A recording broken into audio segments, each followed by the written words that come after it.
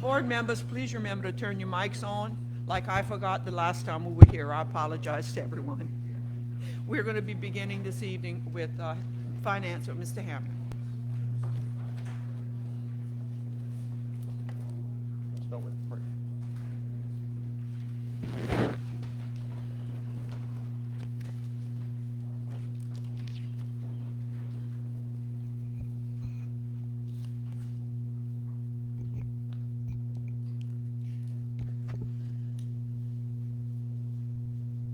Lord, support each of us in this meeting. We ask you your divine help in the difficult task of representing the wishes of others. The issues we will address tonight are many, and the solutions may not always be easy.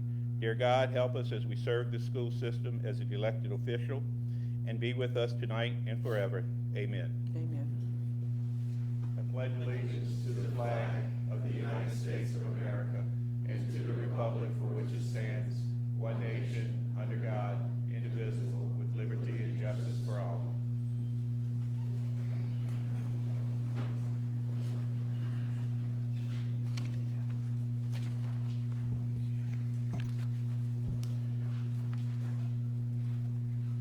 I'll call the Finance, Insurance, and Section 16 Lands Committee to order.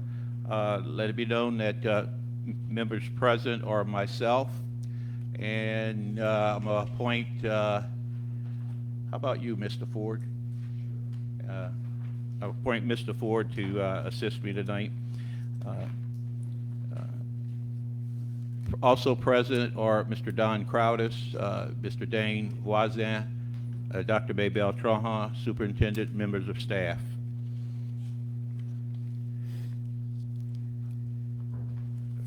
First up on the agenda, consideration of approval of student nurse professional liability insurance, proposal by Curtis Constranza, risk manager. The committee recommends that the board approve and accept the proposal from Mercer Consumer for student nurse professional liability insurance with limits of $1 million with a $3 million aggregate per any one student with an annual premium of approximately $655.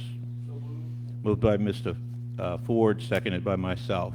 Mr. Constranza. This is a liability policy that we always carry on the student nurses at TCT who go to to facilities, nursing home facilities, and they pretty much do basic routine things like checking heart rate, checking blood pressure. But in order for them to do so, we need to have, like a liability, professional liability policy on that. Any members of the public wish to address this motion? Mr. Ford?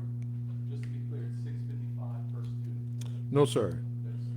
That's 65 total based on the number of students we have. Any other members of the board? Is there any? Yes, sir, Mr. Crowdis. Just out of curiosity, not necessarily for the policy itself, but so these are high school students that are interested in going into nursing? Yes, sir. They're taking nursing courses at TCT. Okay, very good. Or CNAs. Oh, CNAs. Okay, great. Do we know about how many that is? How many? I want to say it's about 40. 40. Okay. All right. Thank you, sir. Any other members of the board? Any objection to the motion? Hearing none, the motion passes. Item 4, consideration or approval for the Employee Assistance Program. The committee recommends that the board approve and accept the proposal from Hidalgo Health Associates, 4637 Jamestown Avenue, Baton Rouge, Louisiana, for an employee assistance program for full-time employees with an estimated annual cost of $23,534. That's the equivalent of 99 cents per member per month, effective August 1st, 2023, with a 2-year guaranteed rate. Moved by Mr. Ford, seconded by myself. Mr. Constranza. Yes, I have Mr. Bayless here from Hidalgo who will explain the program to you. He's already handed out something for you to look at. But this program is something that was brought to my attention. It is not something I would say every person in our system would use, but we do have some people who would use it, and those who would use it, I think, would benefit from it and become a stronger employee. So I'm gonna let Mr. Bayless explain it. All right, good evening. All right. State so your name and address for the Yes, record. so I'm Steve Bayliss. I work for Hidalgo Health Associates. We are the Employee Assistance Program. In the spirit of full discretion, I'm actually not from Terrebonne Parish, you could probably tell. I am from Ponchatoula, you can tell, right? No, it's a British accent, but I've been living in South Louisiana for about 30 years now, so Baton Rouge is my home, so. All right. What I'd like to do is just give you a quick overview of the EAP and give you a nuts and bolts on how it works, and then I'd like to open it up for any questions that you have for me, if that's okay. The EAP is a confidential counseling service for employees and their immediate families who may be having personal problems with their lives, which unfortunately invariably carries over into their professional lives. Everybody's heard people say, I never take my work problems home and I never bring my home problems to work. Well, unfortunately, that's not true. If they're going to come to work with problems, it's not good for them, and it's certainly not good for the Terrebonne Parish School Board. So the best way to do something for them is to give them some help, and that's what we do. That's what the EAP is for. I think you would need to be living under a rock right now if you didn't know everybody's talking about mental health right now. Back in the day, people did not want to talk about it, and now that stigma is gone and people want to discuss their mental health issues and their problems. They want to know where to go with them, who's got them, what can I do, and that's basically where we step in, and that's where the EAP is. So just nuts and bolts, just to let you know. What are the type of issues that the EAP covers? Marriage, relationship, children's issues, emotional, stress, anxiety, depression, occupational grief, alcohol, drugs, financial, legal, wellness, and a lot more of that as well. Who would be covered by the EAPs? All of the employees are covered by the EAPs and their immediate families. Their immediate families are classified as husbands, wives, and children from the age of 6 to 26. The reason we cover those people as well as the employees, because if you've got a family member and they are struggling with something, it is going to affect you as well. So if we can help them, it's going to help the employee and obviously the children as well. So how do we do it? We do it through our confidential counseling service, and there are a couple of ways you can do that.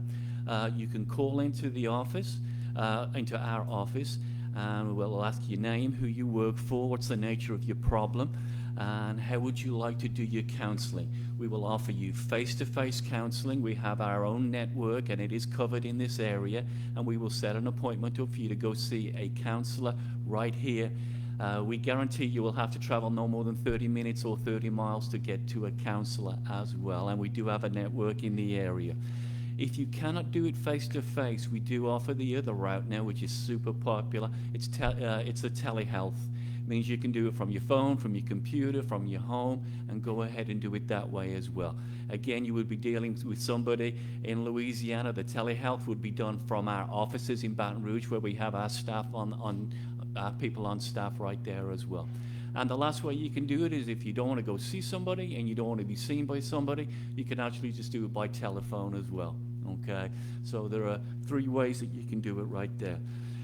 We give you, when you come to the EAP, and this is a pretty substantial session model that we do, you get a certain amount of sessions with the EAP, and Curtis has negotiated 10 sessions per presenting problem. So let me just explain that. Somebody comes to the EAP, they're getting marriage problems, they're coming with a husband, their wife. We give them up to 10 sessions, they leave, they're back in love again, we did a great job, and that's great. 2 months down the road, one of their kids is struggling with something. That's classified as a new presenting problem. So you get up to 10 with them as well. So it's not limited to 10 a year and you're done. Somebody said to me, I got 6 kids, does that mean I get 60 visits? I said, well, you probably need 60 visits if you got 6 kids, but you get the idea. It is 10 sessions per presenting problem. It covers the employee and the employee's immediate family as well. How do you get in touch with the EAP? You can call into the EAP. You could go through to our website and request an appointment there as well. There are basically three types of ways that people get to the EAP. The first way is when we do an implementation, we put posters up, which you'll see in your folders. We have cards. We do a newsletter that's passed out. So we want to make sure that the EAP is in the employee's mind's eye. Okay? They can call in, and again, we'll ask them their name, and we'll set them an appointment. The second way that people sometimes get to us is what's known as an informal referral, where one of the teachers or somebody working there sees that one of their employees is struggling, and they say, hey, why don't you call that employee assistance program? And they give us a call, and that works great as well. The last way, and this is an option that you can do if you have performance issues with an employee and things are just not going well, you can actually do a mandatory referral to the EAP. So if things are going bad and you need to get them some help, you can actually do a mandatory referral to the EAP. And what they will do is they will sign a release, and that just allows us to let you know that they did come into the EAP. Which brings us to the big thing, is the confidentiality. We fall under HIPAA compliance. So if somebody comes to the EAP by their own choice, there is no way that any information can get back to you guys. They've got to feel comfortable that they can come to the EAP. So you may call me up, Mr. Roger, and say, hey, did Bob come in? I told him to call you.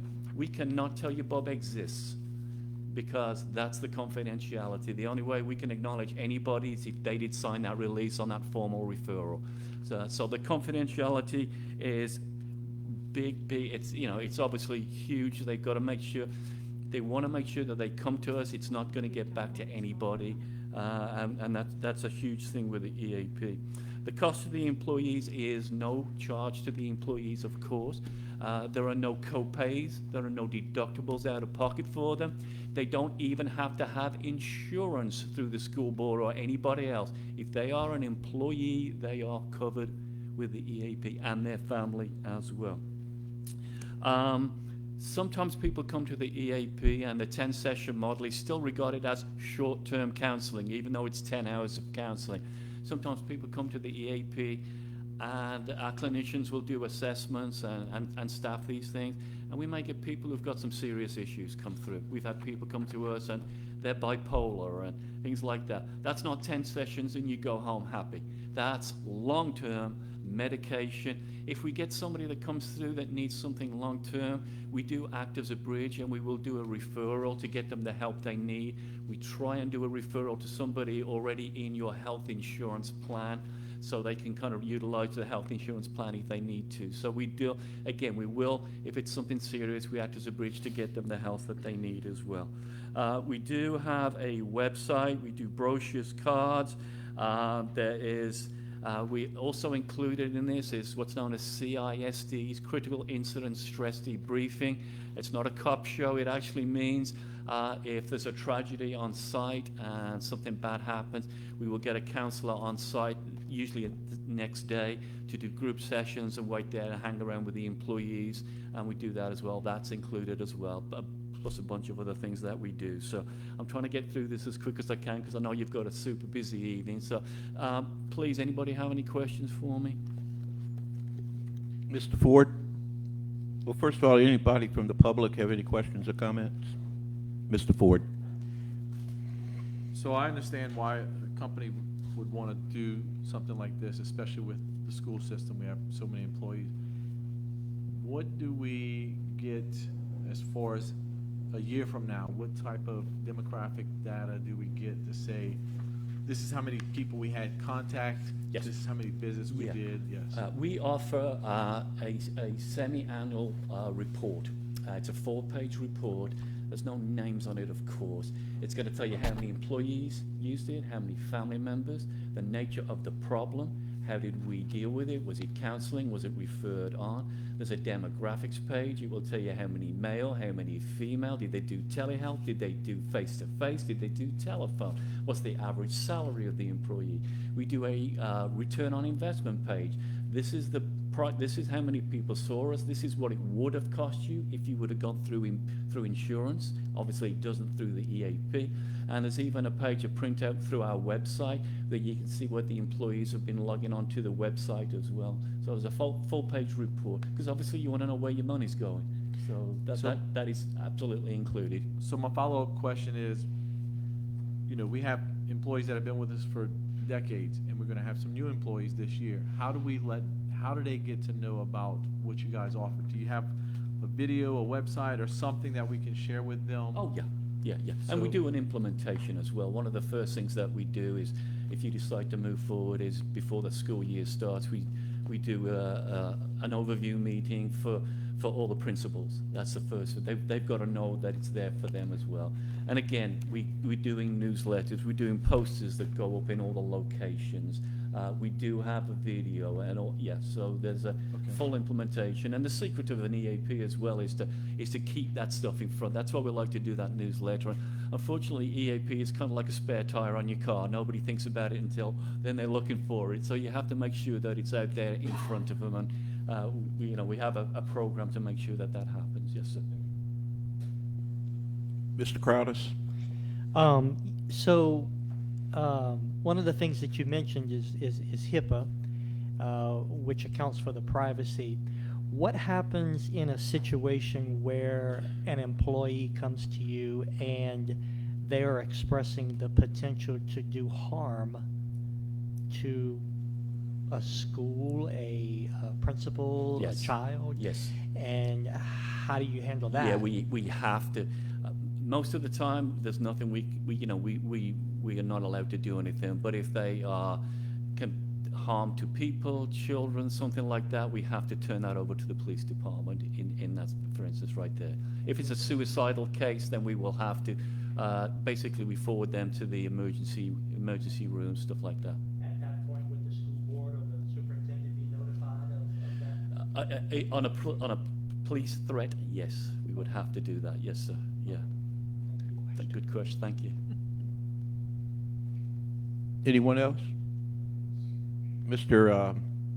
Armstrong? Yeah, I just wanted to make the comment that we meet monthly with the Employee Representative Committee, and they specifically asked the question, what are we planning to do with employee mental health? I think this is a really good answer to that specific question, and something we could do that a lot of employees can take advantage of as needed. So Yeah, I mean, people, I think the statistic is 25% of people are coming to work with some sort of problem.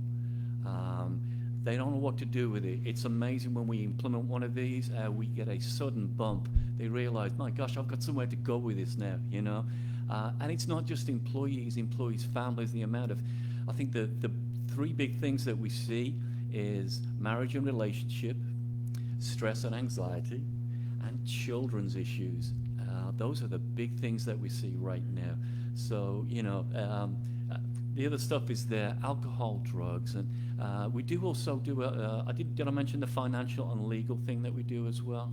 We have a financial and legal package where if an employee needs to calls us up and said, hey, my grandmother's 90 years old, she doesn't have a will, I need to get some help, or I'm thinking of adopting kids and I don't know where to go. You call the EAP, we'll put you in touch with an attorney. The attorney will spend 1 hour with you on what your issue is, give you a game plan on what to do, and this is your game plan, and there's your answers right there. Now, at the end of the 1 hour, if they decide to get Gordon or call Morris Bart, that's great. If they like the person they got through the EAP, they can stay with them, and they will get a 25% discount from their regular rates. Okay, so the financial and legal is not a 10-session model. It's a one-time call per problem. It's the same with financial. You get a CPA, and I'm upside down on my mortgage, or I've got tax issues or things like that. Again, they will spend 1 hour with the employee and give them a game plan. And again, after that, if they want to do it, they can contract with this person. They are Louisiana, because our law is different to everybody else's, of course, and they are local people as well. And the last thing as well is what also included is ID theft protection. So if somebody calls up and said, I've had my ID stolen or my credit card, you call us up, we'll spend 1 hour, we'll help you put a freeze on Equifax, TransUnion, do a fraud alert, do the whole thing, because that's really stressful if that ever happens to you. And that's all included in there as well. And the last thing that we do right now is wellness coaching as well. So if somebody calls us up and it's not a mental health thing, I need to quit smoking, I need some help, how do I do that? I need to lose weight, what can I do? We'll put you in touch. You get free sessions with a wellness coach. That's telehealth only, and they will put a plan in place for you, work with you, check back with you, and that's included in there as well. So not just the counseling, financial, the legal, the wellness coaching. So.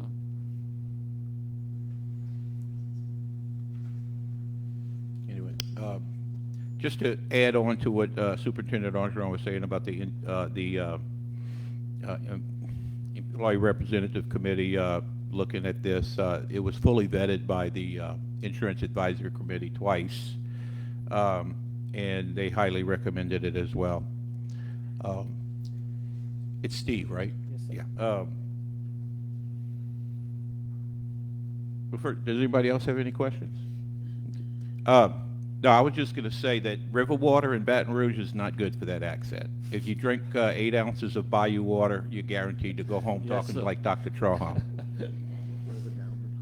Any any objections to the motion? Hearing none, the motion passes. Okay, thank you.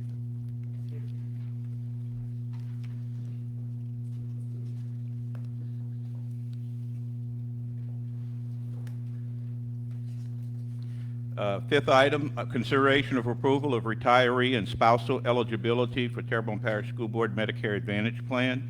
The committee recommends that the board approve and allow that any full-time employee who retires after July 31st, 2023, and has been covered under the medical and prescription benefits offered by the employer for a minimum of 5 consecutive years immediately prior to the date of retirement and receives benefits from a participating state retirement system within 90 days from the date of separation from active status and is eligible at the time of retirement to receive Medicare benefits to be eligible to continue coverage under the Terrebonne Parish School Board's Medicare Advantage program only, and further, that these same requirements shall be applied to the spouse of the employee.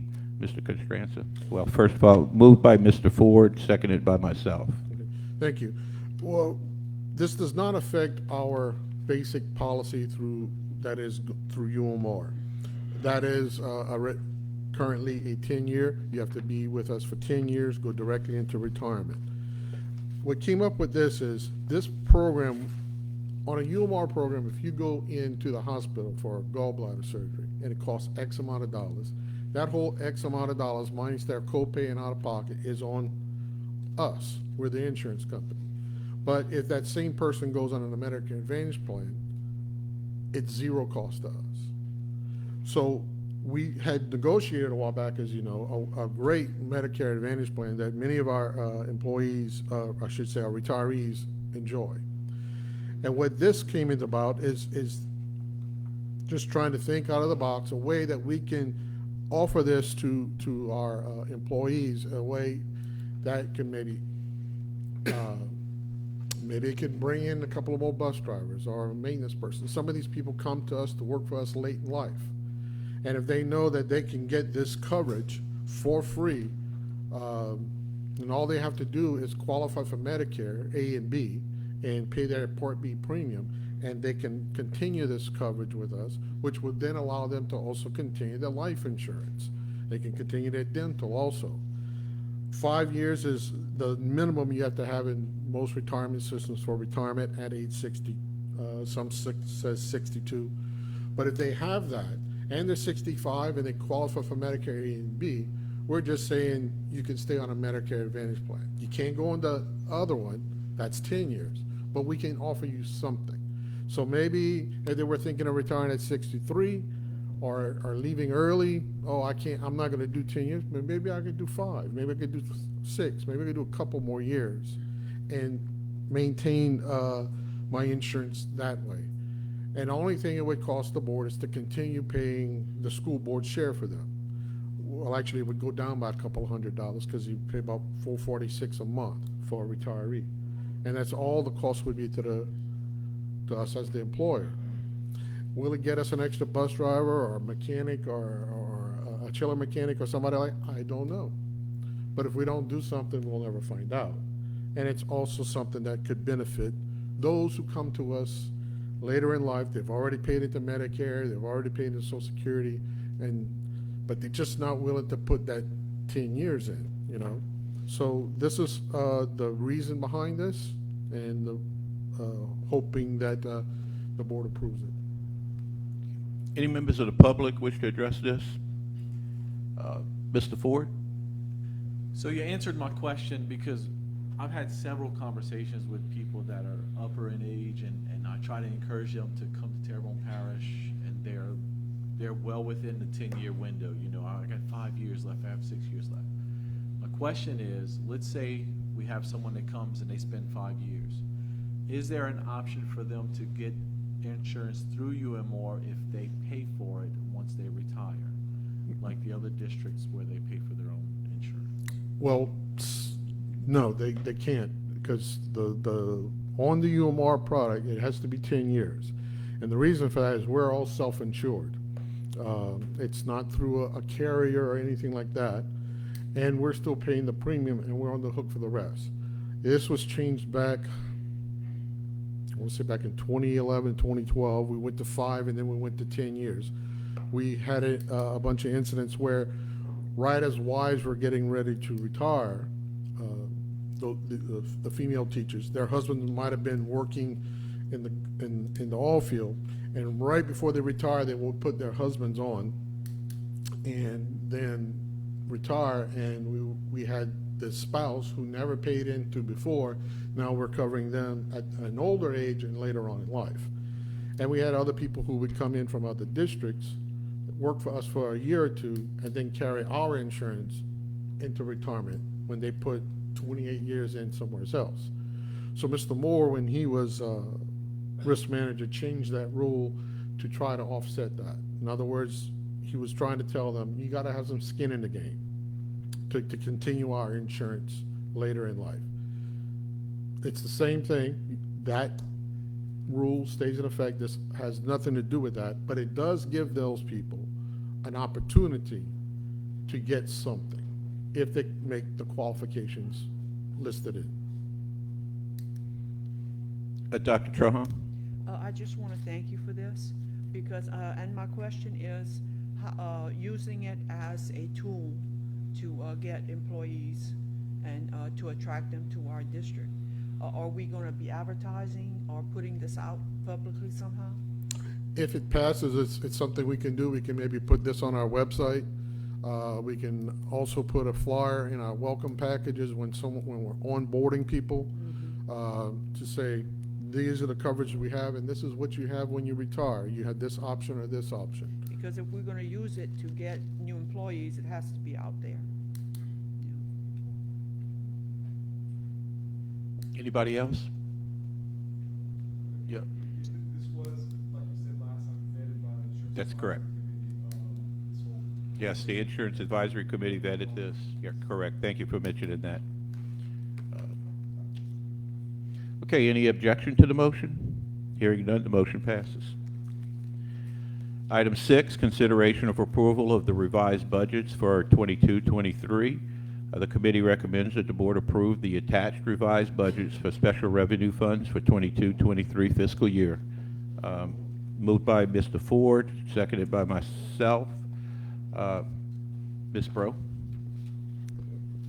We have just a few revised budgets for some special revenue funds. These are some late reallocations of funds that we've received, as well as a late allocation of the high-cost services grant.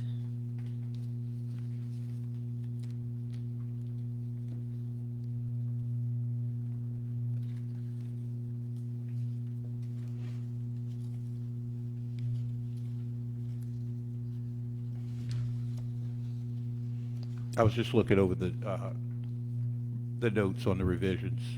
Do you have any So questions? this looks like mostly just additional funds that received that had to be allocated to the same categories. All of it is additional funds received, and what happens is that we always spend all of our grant funds, but there are other districts that are not as meticulous, and there is extra money that comes back to the state. In the following year, they reallocate it back out to everybody. So most of this is that, it's reallocation of funds.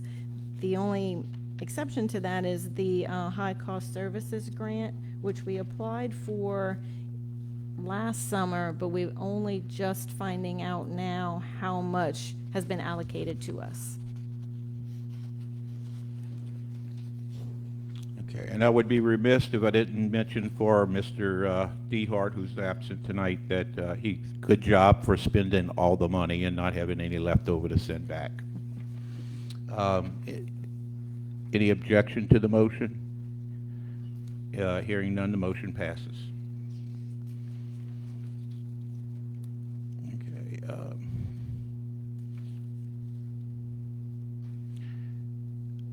I'm on item 7, right? Consideration of approval for variable budgets for the fiscal year. Committee recommends the board adopt as presented the final budgets for the designated funds, that the board allow the final budgets for the funds to be deemed a variable budget with estimated revenues set equal to the actual revenues, provided that such revenues do not exceed those approved by the board and/or state or federal regulatory authorities, and further that the final budget for appropriations be set equal to amounts actually expended, provided that such expenditures do not exceed those approved by the board and/or state or federal regulatory authorities. Moved by Mr. Ford, seconded by myself. Any members of the public wish to address this motion? Mr. Ford. Any other members of the board? I'm sorry, Ms. Bro, you can go first. This is an annual recommendation that we bring to you, and what it does is that in most of the grants, we're required to spend every penny by June 30th, but we have some that allow us to roll over money into next year. This allows us to write those budgets equal to the amount that we actually spend by June 30th, and then we reallocate it in the following year. Go ahead, Mr. Crowdis. Reallocate the leftover? So, yes, so we have, the federal grants especially really have 15 months to spend, not 12. Okay. So at the end of June 30th, we've reached the end of 12 months. Yep. We still have until September 30th to spend more. And so anything that we don't spend, we'll rebudget it, maybe that's a better word, rebudget it in next year, starting July 1st, and spend that by June 30th. Okay. I mean, by September 30th, sorry. Okay. Any other questions? Any objection to the motion? Hearing none, the motion passes. Item 8, matter bearing upon receipt of proposed operating budgets for fiscal year 23-24 and establishing a public hearing. The committee recommends that the board receive and accept the proposed operating budgets for General Operating Fund, Child Nutrition Fund, Child Nutrition Program Fund, the 1-cent sales tax fund, the half-cent sales tax fund, the 3/4-cent sales tax fund, and various special revenue funds for the 23-24 fiscal year, and establish a public hearing on the same Tuesday, July 11, 2023, at 5:30 p.m. in the boardroom at Terrebonne Parish School Board Office, 201 Stadium Drive, Houma, Louisiana.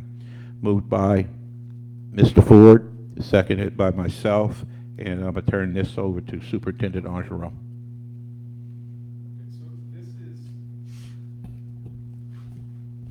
basically just receipt of the budget, and as you know, we'll meet next week for further details at our budget meetings. We have Monday, Tuesday, Wednesday sessions, and basically, as it says, July 11th is going to be a public meeting here, and we'll discuss all aspects of the budget to whoever is in the audience. Mr. Ford. So every year we have this special meeting, and we rarely ever have anyone show up. But then we have people that, later on say, oh, well, I wish I would have known, and we're doing a good job of advertising it. But what I'd like to know is, do we have some sort of way for anyone in the public maybe to send us a question that they may have beforehand? Like, maybe just an online button on our webpage where they can go and click, and they can give a brief description of what type of question they have. If they're worried about, you know, the 3/4 cent sales tax fund, was it used for this or was it used for that? Just generic questions that they may have, so we can kind of come into that meeting knowing what to expect, or not really us as board members, but really for our CFO and for you as superintendent, to kind of have an idea of what to expect. And if nobody utilizes it, that's fine too, but I'd like to at least have that there for them to say, this is your opportunity to pose this question, and even if you don't show up to the meeting, we'll address it, you know, as long as it's within the context of what the discussion is.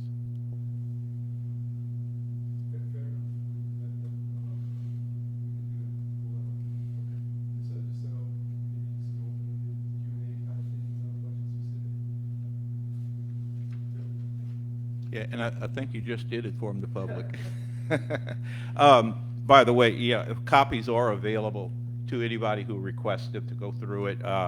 And I usually give a copy to the Community Development Committee at the Chamber, because,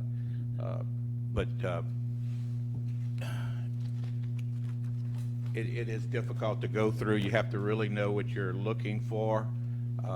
But I do encourage anybody that is interested in the Terrebonne Parish School Board budget to come pick up a copy, go through it, and if you have questions, call it in, call your school board representative, and they will tell you exactly who to call to get the information. And everybody out there tonight, what's the date? Thursday, July 11th,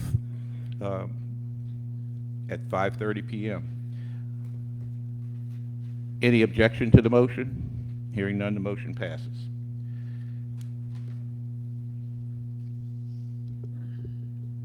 And just one quick comment. This is just receipt, okay? The final approval, anything can be changed in here. If anybody has any ideas or concerns to bring to the superintendent or Ms. Bro, there's nothing final in here. Item 9, construction of approval of bids received for hunting and trapping leases on Section 16 land. The committee recommends that the board approve and accept the highest bids received, meeting all specifications for hunting and trapping leases on Section 16 lands for a 5-year period beginning July 6, 2023 through July 5, 2028, allowing the purchasing department to re-advertise those sections where no bid was received and/or those sections in which leases were surrendered, and further authorize the board president to sign all necessary documents pertaining thereto. And the two sections are listed there, to Benji C. Poisson for $1,576 and Conrad Piku for $500. Moved by Mr. Ford, seconded by myself.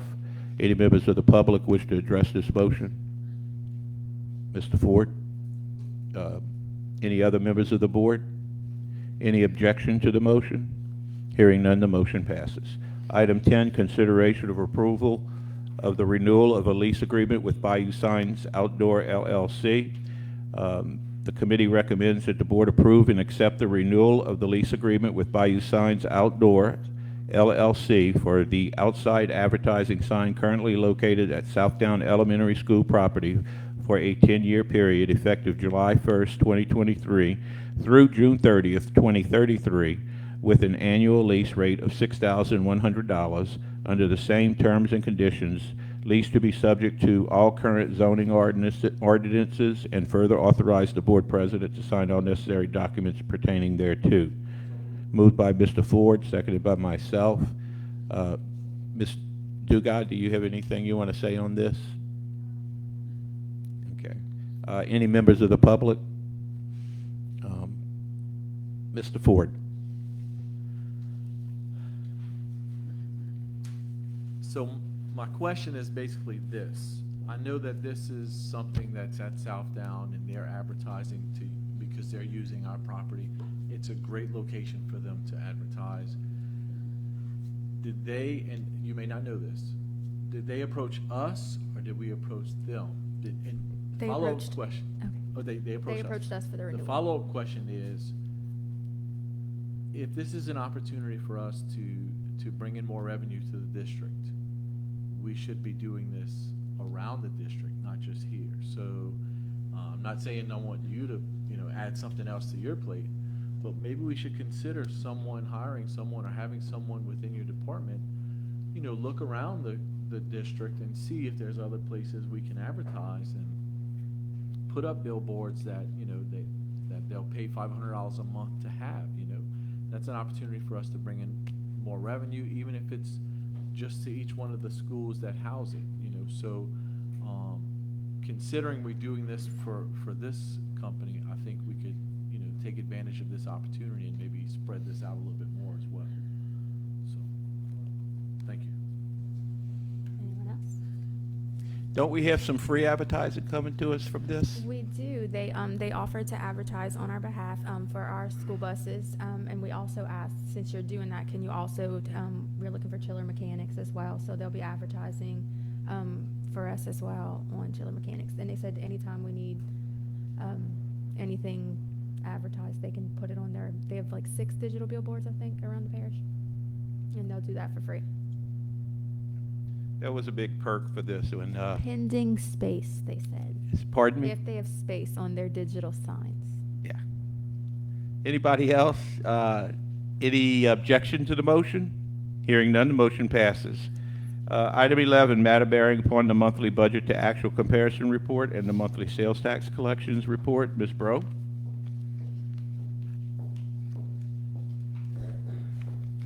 The printouts are in your packets for the monthly budget to actual comparisons through the month of May. Also in your packet is the sales tax summary and graph for the month of April 2023 as compared to April of 2022. And collections are down about 7.73% as compared with this time last year.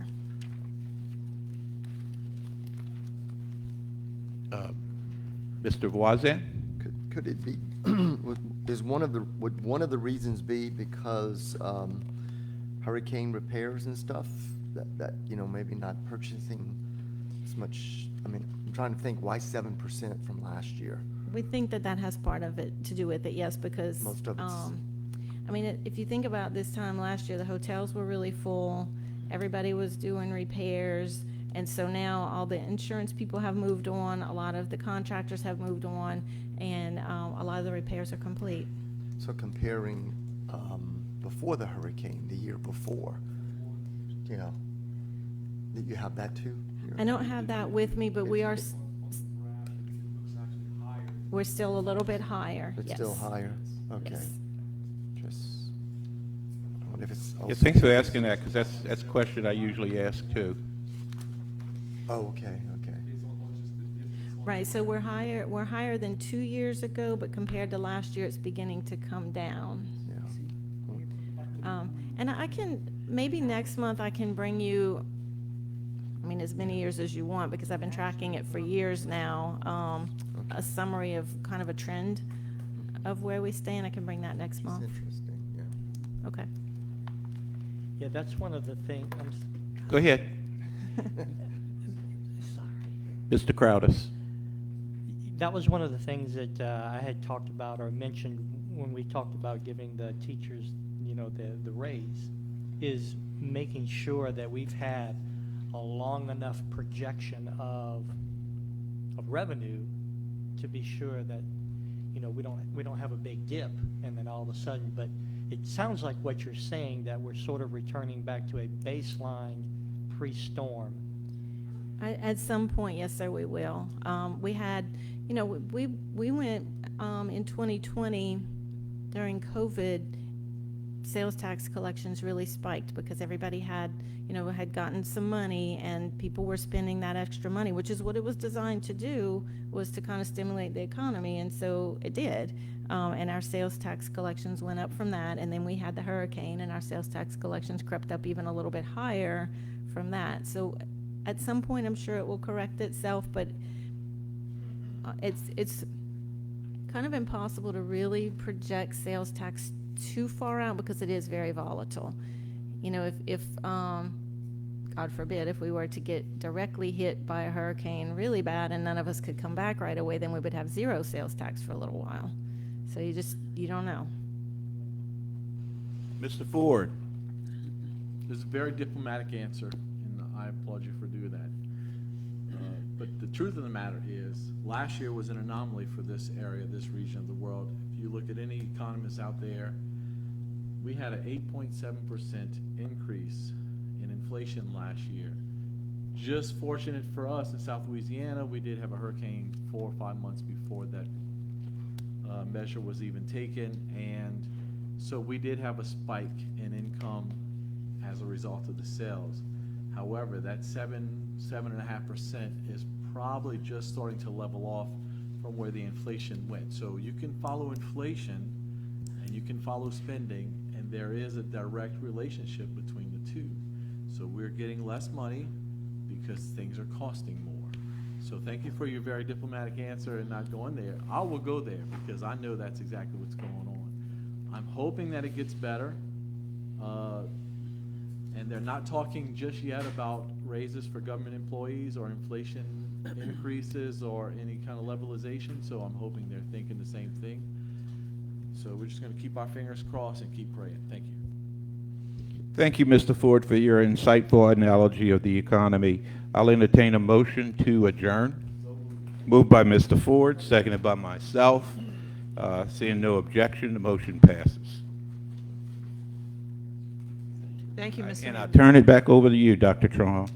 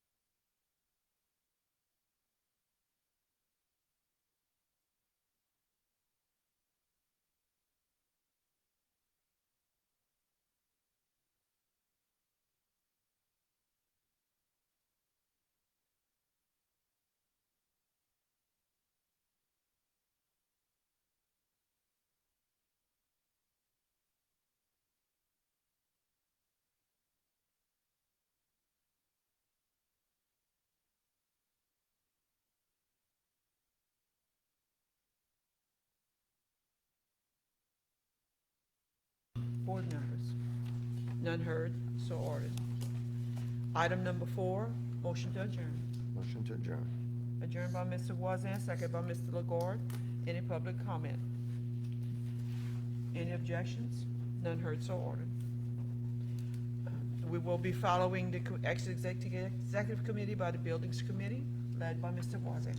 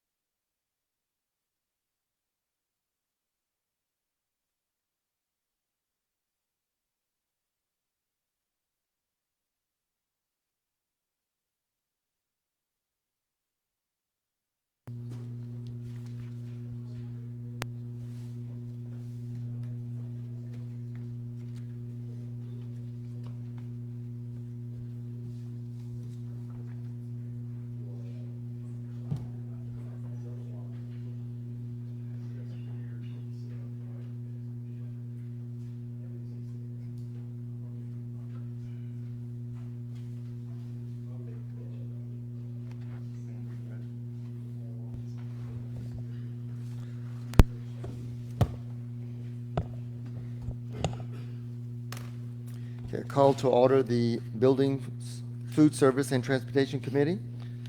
In attendance, myself as chair. Also in attendance, Dr. Traha. Also, Mr. Crowdis, Mr. Ford, Mr. Hamner, Superintendent Ogeron, and members of his staff.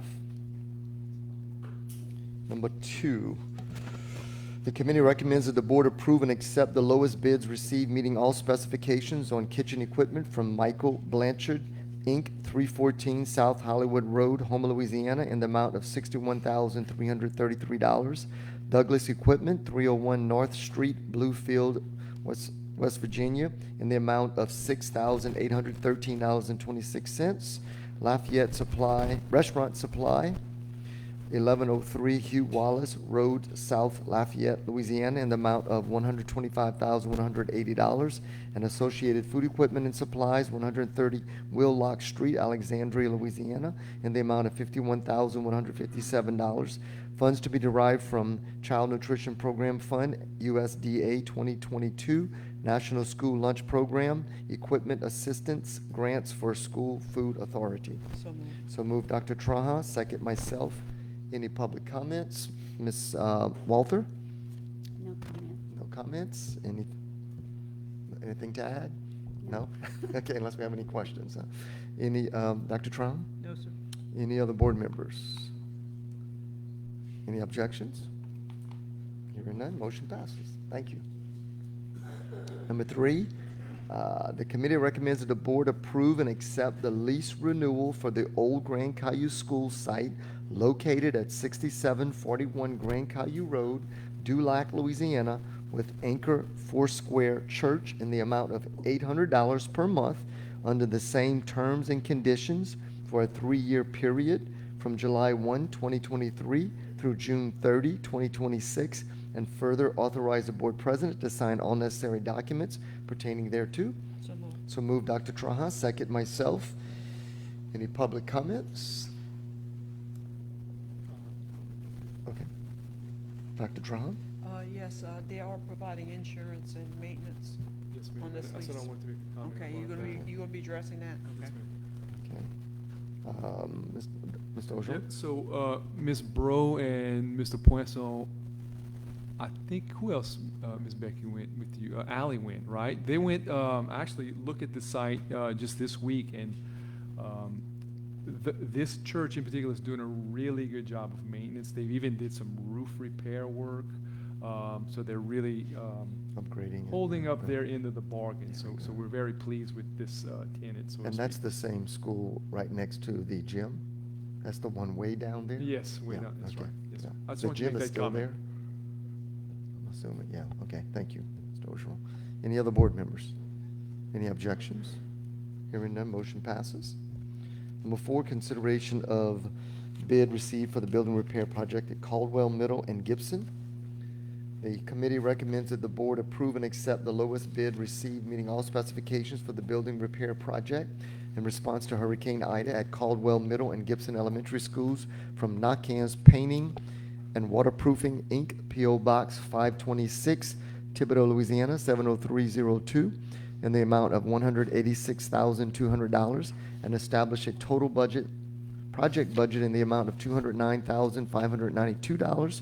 Funds to be derived from FEMA reimbursement funds and local reimbursement funds $188,632.80, and local funds $20,959.20, and further authorize the board president to sign all necessary documents pertaining thereto. So moved. So move Dr. Traha, second myself. Public comments. Mr. Wagesback? Yes, sir. Okay. Is there anything you want to say about this? Any questions for Mr. Wagesback, Dr. Trahan? Mr. Ford? Well, actually, my question isn't for Mr. Wagesback, it's really for the superintendent, I guess. Is Gibson Elementary, is that a building we own, or is that something we were donated, like was donated to us and has to go back to a family? I'm not exactly sure. I'm sure there's some clause in there where it's. I think so. And that's my question, it's really, it comes up because I know that's how, While we have kids in it, it is ours. exactly, okay. And So there's rumors going around, and everyone's asked me about it, Gibson going to Bayou Black. And I don't know how to answer that question because I'm not really sure. Okay, but for the time, we're repairing the building. We're having school all year long. Okay, thank you. Good. Thank you, Mr. Ford. Any other board members? Mr. Wackenbach, thank you very much. Any objections? Hearing none, motion passes. Number 5, consideration of approval of bid received for the building repair project at Mulberry. The committee recommends that the board approve and accept the lowest bid received, meeting all specifications for the building repair project in response to Hurricane Ida at Mulberry Elementary School from Group Contractors LLC, 15055 Jefferson Highway, Baton Rouge, Louisiana, 70817, in the amount of $969,000, and establish a total project budget in the amount of $1,074,293. Funds to be derived from FEMA reimbursement funds, $966,863.70, and local funds, $107,429.30. And further authorize the board president to sign all necessary documents pertaining thereto. So moved. So moved, Dr. Traha, second myself. Public comments, Mr. Positeri. Good evening, everyone. Good evening, sir. I don't have comments, but I'm happy to take any Any questions you may questions? have. Dr. Trahan, anything? Any other board members? No questions? Okay, doing a good job again. Easy enough. Thank you. Any objections? Hearing none, motion, yeah. Later, when he comes up to speak, Andy, maybe you can just kind of give us later, just in a nutshell, what's in this project. Yeah, we have several informational items coming up, yeah. Thank you. So, no objections, motion passes. Number 6, repairs, building repair project at Montague Elementary and Montague Middle Schools. The committee recommends that the board approve and accept the lowest bid received, meeting all specifications for the building repair project in response to Hurricane Ida at Montague Elementary and Montague Middle Schools from Hubs Properties LLC, 37093 White Road, Prairieville, Louisiana, 70769, in the amount of $1,636,000, and establish a total project budget in the amount of $1,806,462. Funds to be derived from FEMA reimbursement funds, $1,625,815.80. There's a period there instead of a comma. I don't know if that makes that much of a difference. Ah, it might, huh? Just making it known. And local funds, 180,000, yeah, $180,646.20, and further authorize the board president to sign all necessary documents pertaining thereto. So moved. So move Dr. Traha, second myself. Public comments. Mr. Positeri. Again, no specific comments, but happy to answer any questions. Okay, so building repair project, I had something a month or so ago, the front doors, Yes. yeah. Front doors. Where are we with that? Still just? That's part of this scope That's of part work. of that? Yes, sir. Okay, fantastic. Okay, so you see you answered a question. Appreciate that. Dr. Trump, anything? Mr. I'm gonna Ford? Wait till he presents later. Okay. Mr. So my question is basically the same thing as before with regards to Montague Middle. Is that something that we own as a district, or is that something that? Okay, just have that question. Okay. Yeah, we own that. Yeah, Okay, no, thank you. yeah. Okay. Any other board members? Any objections? Hearing none, motion passes. Thank you, sir. Thank you. The approval of bids received from maintenance supplies and equipment. The committee recommends that the board approve and accept the lowest bids received, meeting all specifications for the following maintenance supplies and equipment for the 23-24 school year by Plumbing Supplies Equipment, New Plumbing Equipment, Carbon Supply, LCR, The Plumbing Warehouse, Plumbing Supplies and Equipment, Plumbing Supplies, LCR, The Plumbing Warehouse. So moved. So move Dr. Traha, second myself. Any public comments? Dr. Traha? No, sir. Any other board members? Any objections? Hearing none, motion passes. Number 8, consideration of approval proposed receipt for kitchen hood and fire suppression system. The committee recommends that the board approve and accept the proposal for kitchen hood and fire suppression system inspections and repair services from Safe Works Safety Solutions LLC, 195 Corporate Drive, Houma, Louisiana, 70360, for a 3-year period beginning July 6, 2023, with additional options to extend in 1-year increments upon mutual agreement between both parties. So move Dr. Traha, second myself. Public comments? Dr. Traha? No, sir. Any other board members? Mr. Ogeron? Just a comment, I was told that the owner of this company, SafeWorks, Mr. Chad Hebert, is currently in Kentucky at a beta convention with his children. So Oh, he would have been here tonight, but he's unavailable. Okay, good, good. All right, thanks for that information. Any other board members? Any objections? Hearing none, motion passes. Number 9, consideration of approval of proposed receipt for fire extinguisher inspection and maintenance services.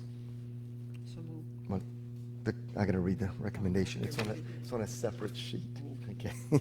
The committee recommends that the board approve and accept the proposal for fire extinguisher inspection and maintenance services from Safe Works Safety Solutions LLC, 195 Corporate Drive, Houma, Louisiana, 70360, for a 3-year period beginning July 6, 2023, with additional options to extend in 1-year increments upon mutual agreement between both parties.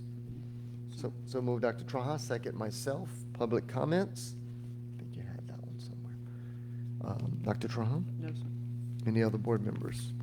Any objections? Hearing none, motion passes. Then we're going into informational with all the, oh shoot, what you call them? You guys. First of all, the budget managers? Project Program. managers, yes, I couldn't get the word out, the project managers, and then we're gonna go to the architects, correct? All right, sorry about that, y'all. So number 10, matter bearing upon hurricane update on Hurricane Ida, Mr. Ryan Smith. Phew, Good I got evening, through ladies and that. gentlemen. Yeah, well, That was a tough we one. got through it. Good evening. I hear the storm are brewing outside, and I know we have quite a bit of informational here. So as I typically like to do is kind of give a broad strokes where we are as a program as a whole. As you can see, you have the monthly update, the calendar, and the budgets that I've established so far. Overall, I had actually written down here 8 active projects, but now that we've accepted bids on 3 more, so that turns it to 11 active projects. 5 more of those are out for bid currently right now, and the last 2 will be done by the next building committee meeting. We'll have all those bids. So, as I've been kind of promoting for these last few times, is you know, we're blowing and going here. I mean, it's starting. We kind of had to strap in and make all of this work. It took us a while to get there, but now we're here and we're utilizing these times, these summer times, holiday times, and I do want to remark that the principals and the custodians at each school have just been absolutely remarkable on working with us. We're going to have a few schools, Acadian being one of them, Legion Park. You know, they're pretty major stuff going on there, and the principals have really worked with us on coordinating kind of how many classrooms we can take down at one time. You know, getting Promethean boards moved, just really sort of making the whole thing work. So I really want to just make sure y'all know that they're doing a fantastic job and really working with us on that. Again, I'm going to let the architects maybe get into some of the specifics, but I did want to just highlight some things. Acadian Elementary, like I had mentioned, is getting a lot of environmental remediation, and they are doing a fantastic job on that and going through it. The 30th is their end date, and I think I'm very confident that they're going to meet that deadline. Along with that is that 4A Construction Group has done really great job of getting on site and following really at the heels of that environmental remediation as well. So we broke it up into phases, and the principal is, again, we coordinated that kind of during the school year. We're really going to get the cafeteria and really the front, sort of the operations center, done first. And it's looking very good. I really don't see, any problems, but, as we're going now, I'm very confident that we're going to have that portion of the school up and operational, and then work on the other phases that we have planned out for that. The other ones that are kind of packaged together, the Coteau Bayou Blue, East Homa, Legion Park, Village East. The contractor wants to have several groups working on several schools at once, and that doesn't seem to bother any of us to go and do that. So if we can get all that knocked out during the summer, I'm all for it. And again, the principals and the custodians have given us access and allowed us to really get in there anytime we need to have subcontractors, look at everything that's needed, make the decisions and get those things, those projects started. What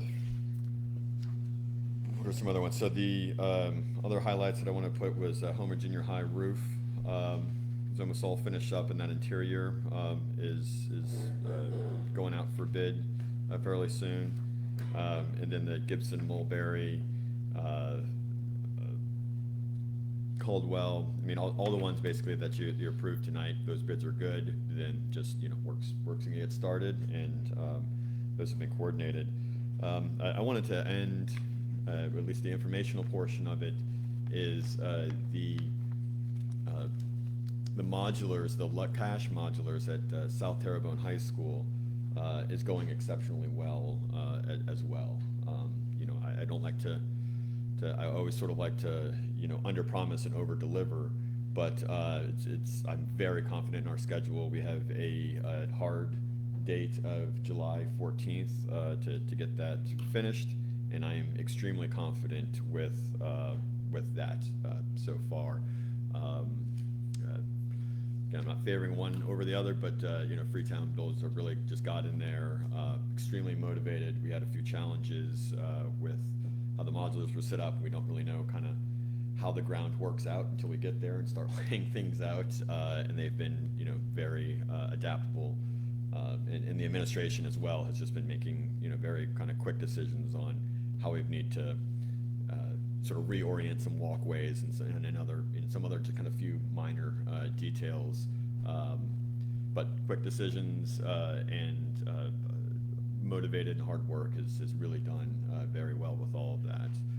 So that should be wrapped up here, and then that should give plenty of time for the custodial crew to get everything kind of mopped up, cleaned up, get furniture moved in, and then kind of get really you're going to have a school next year there. Fantastic. So that's all for the information. I'm here for any questions and anything specific. We can have the architect. I noticed South Down is looking good.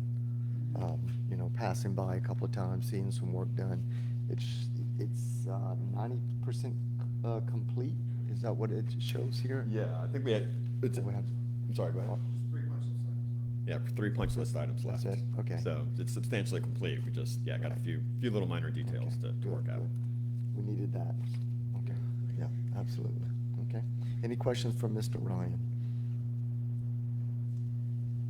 Mr. Just Hamner? Just these artist rendition, these pictures. You sound like me now. The architect's going to go over these, or is that part of your report? I believe, the architects are going to go over that. That's what That's kind of a non-FEMA. That's the word school build. Mr. Ford. I guess my question's for Ryan or Superintendent. Who's been your point person is it LaCash or is it the principal at South Terrebonne that's been helping make those decisions? Because I'd hate to see it being just from South Terrebonne and then LaCash get there and they have a different way of doing things, or vice versa. It's mostly the cash principle. Okay. But we're working with that much as well. Yeah. So it's cohesiveness between. Yes. Yeah. It's going really well. We've been coordinating a lot of scheduling, everything from lunch to recess, all those kind of things, yeah. Okay. Thank you. And I even knocked out their power for a few days, and they were very nice, very kind about it. So That's what worked around happened by that. my house. So, anything else? Great, thank you. Anyone else? Thank you, Mr. Ryan, appreciate it. Number 11, matter bearing upon Hurricane Ida response, Mr. Curtis Lee, or what's the other guy's name? Mr. Scott. Yeah. We need name tags. Yeah. Thank you so much. Good evening to the board members.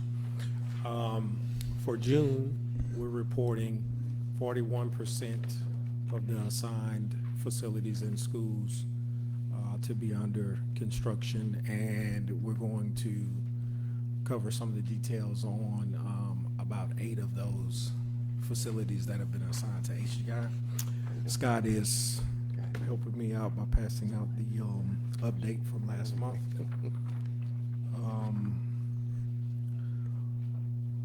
Of those schools, we have one that's actually approaching what we're going to call the first one that would be moving fairly closely to occupation. So in our chart that we normally have up, we haven't had anything to move to completion just yet, but we're getting very close, and that's Grand Caillou. So I'm going to speak about that one first, and then I'll move on down the line. But over with Grand Caillou Middle, we'll be very close to doing a punch list on that one. We do have some things we realize we need to punch out with the contractor, but the work there was moving very close to their schedule that they projected to us, and so we're proud to say that there are a few little things to make some adjustments to, but that one's going to be ready. Black Bayou, I highlighted a few of them on the report for you guys this month. We got floor and demolition, HVAC, electrical work, roofing, masonry, and also some work on the inside with paint for both the old existing building as well as for the cafeteria. In addition to the exterior fencing that we've been doing there, work is going well on that particular school. The contractor and their schedule still show us to be finished with that one per schedule and to have everything turned over before we return back to school in August. We just recently made our selections on some of the exterior materials, and we're moving forward with that one full steam ahead. We did have some abatement that you guys had us to report on last month, and that has been taken care of with the flooring, and it's progressing nicely.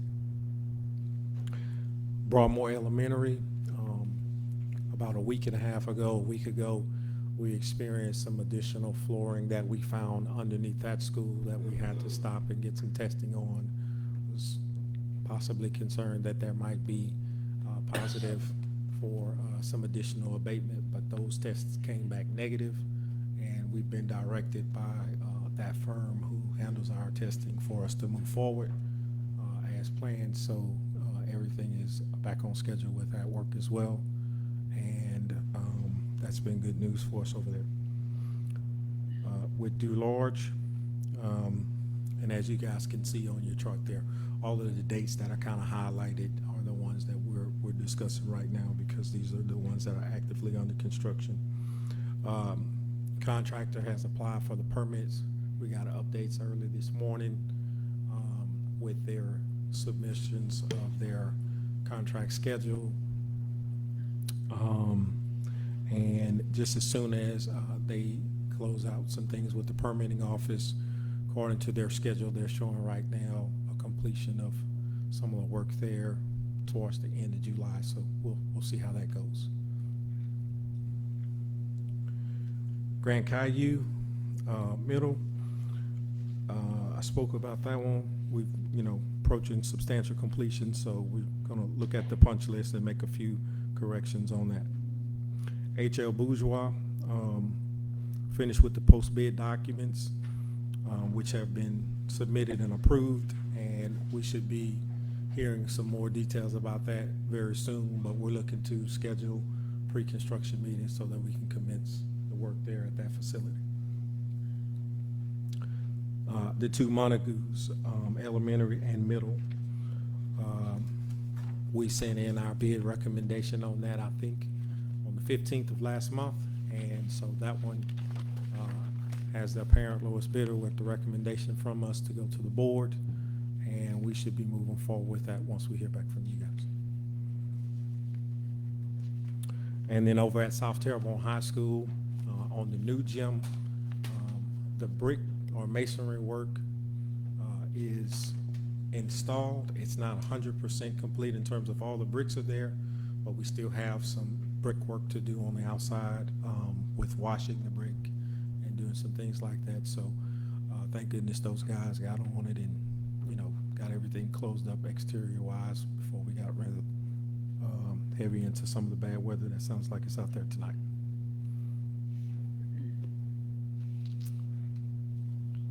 I'll open up Has for any of the, questions. like the flooring been pulled out at the gym or? No, sir. nothing's So been taken the out? approach on the new gym at South Terrebonne High, and Mr. Merlin may speak to more details on that, but the intent is to close up the building envelope and get everything sealed, and then do the interior work and the abatement, because as of right now, until it's sealed up, you're still getting some moisture and potential water inside. Okay, the very good. facility. Dr. Trahan, you had? I did go by one day last week and I saw them working on the outside masonry.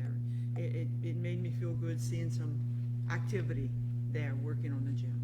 Yes, ma'am. And appreciate that effort to get that new gym working not only for South Terrebonne students, but also for the Ellender students. Yes, ma'am. Thank you. Mr. Ford? You mentioned something that made me think of a question that I had, and I could have asked it to the other guys earlier, but have you guys had any experienced any delays with regards to permits and anything from the parish?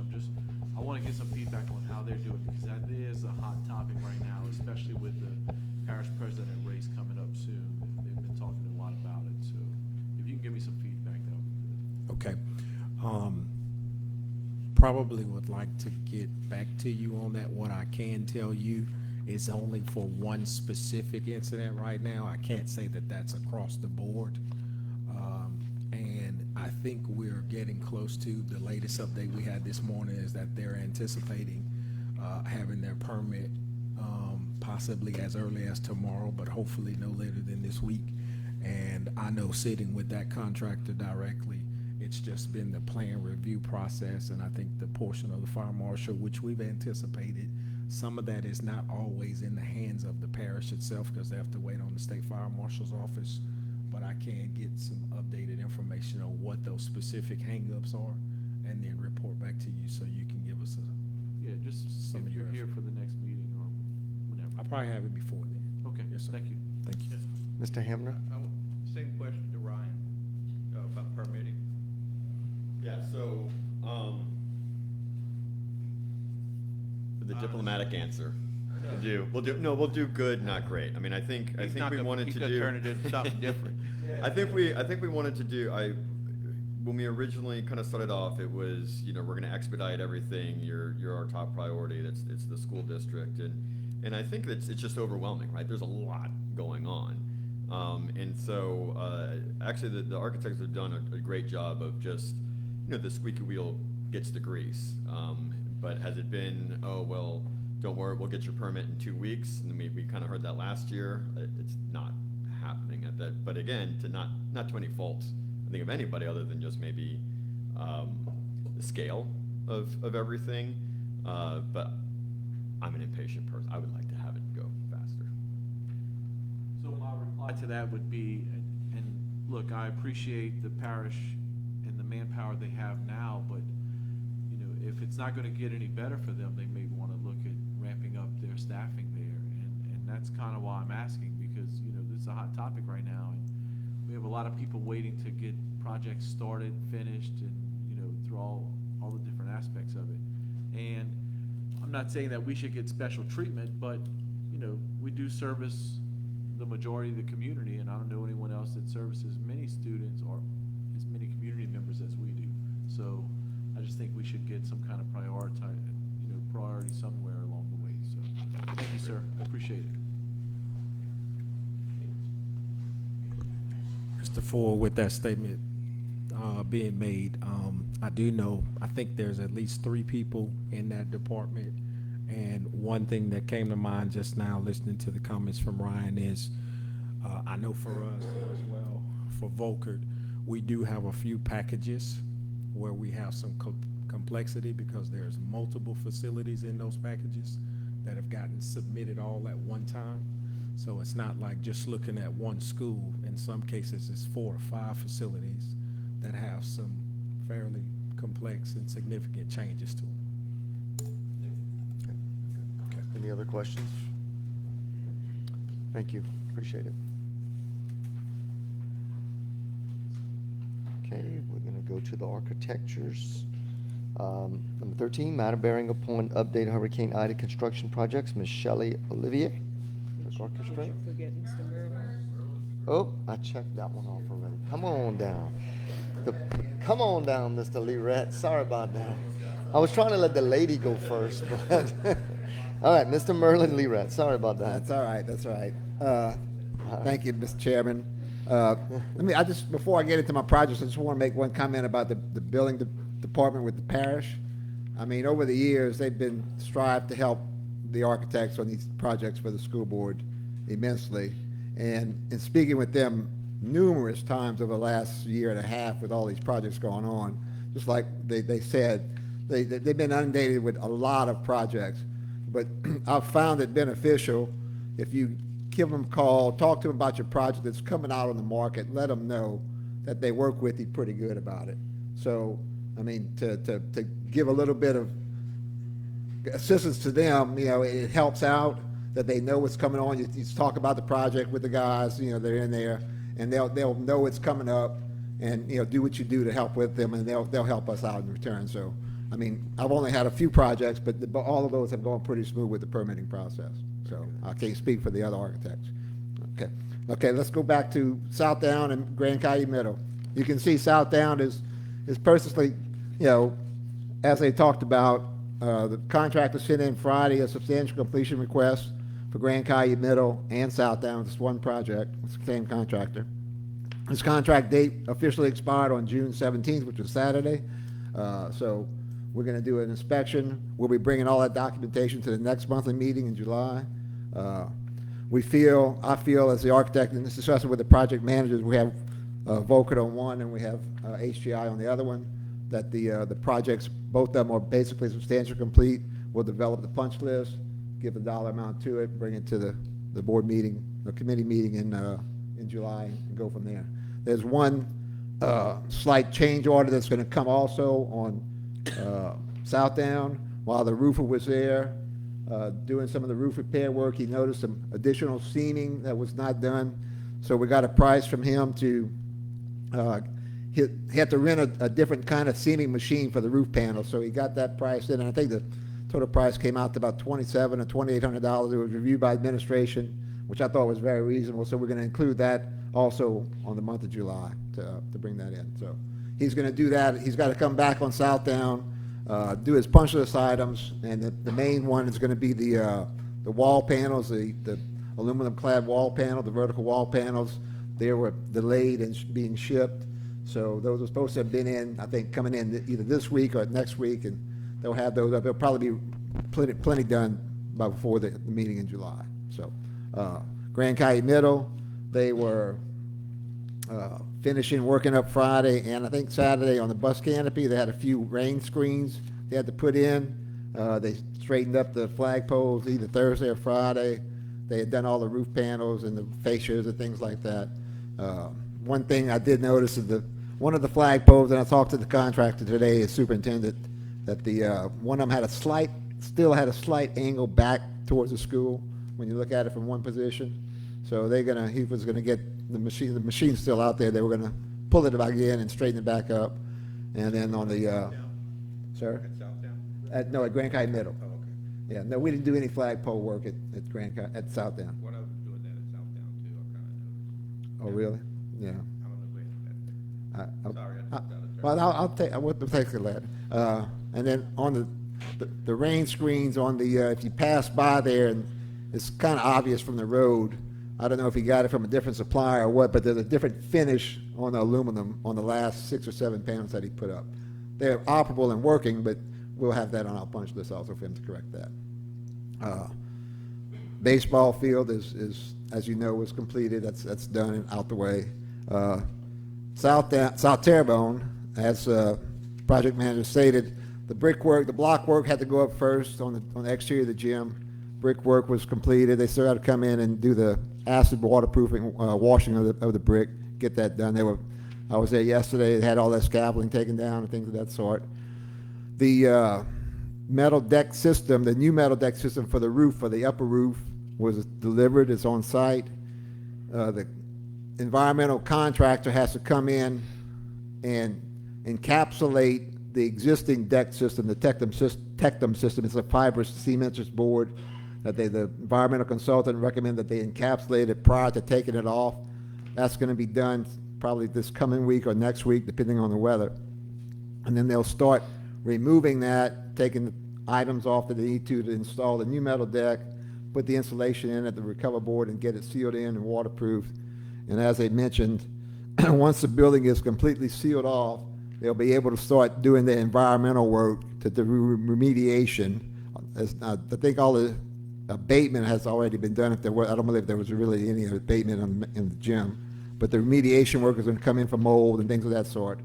Get that done so that the contractor will be able to start doing his interior work. Yeah. And I met out there yesterday morning with Dr. Gotro, and we went over color selections for the flooring, the roofing, things of that sort. So that's all been done and handled with her. And the only final thing we have to do is we'll make a decision on interior colors for the walls and things like that to be done.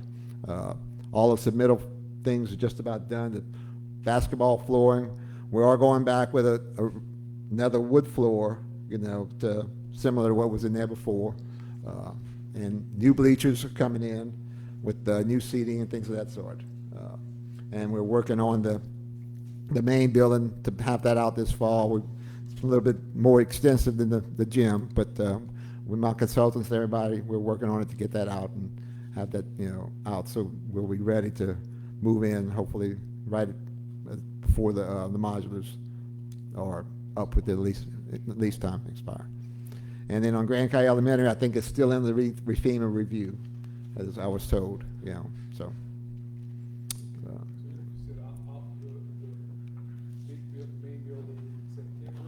Yes, sir. Right. Correct. Right. Yeah. Dr. Trump. Okay. Mr. Ford? Were we able to salvage any of the flooring from that gym? No. It's all buckled, I know. Oh, yeah, no, the wood flooring is completely gone already, the basketball flooring, and the vinyl flooring is just, That's all I'm talking about, the wood flooring. No, the wood flooring was taken out before that project was even assigned. Oh, okay. Yeah, it was gone. All right, thank So. you. No, bleachers are gone also. No. The bleachers are gone in the new gym and the old gym on the main building. They've been taken out. Correct. Any other comments or questions? Thank you, Mr. Thank you, sir. McFarland. Appreciate it. I'll turn the floor over to Mr. Olivier. We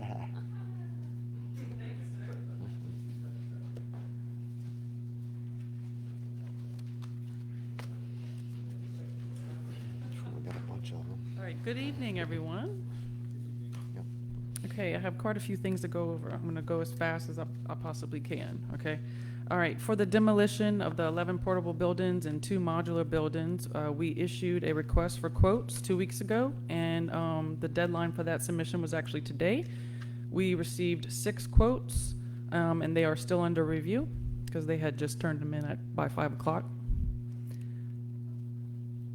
For the administration building repair project, which again, that's the annex building, the maintenance and transportation buildings, and the school board central office, the contracts have been signed and or waiting to be recorded. Once the recorded copies are in my hand, I'll issue a notice to proceed and schedule a pre-construction conference.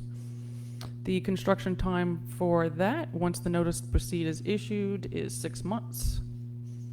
For the school repair project, which includes Legion Park, East Homa, Dulorge, Cotobayo Blue, and Village East, Now that the abatement is complete at Dulorge, the contractor has started interior work there and will tackle the shed and aluminum canopy repairs while they are there.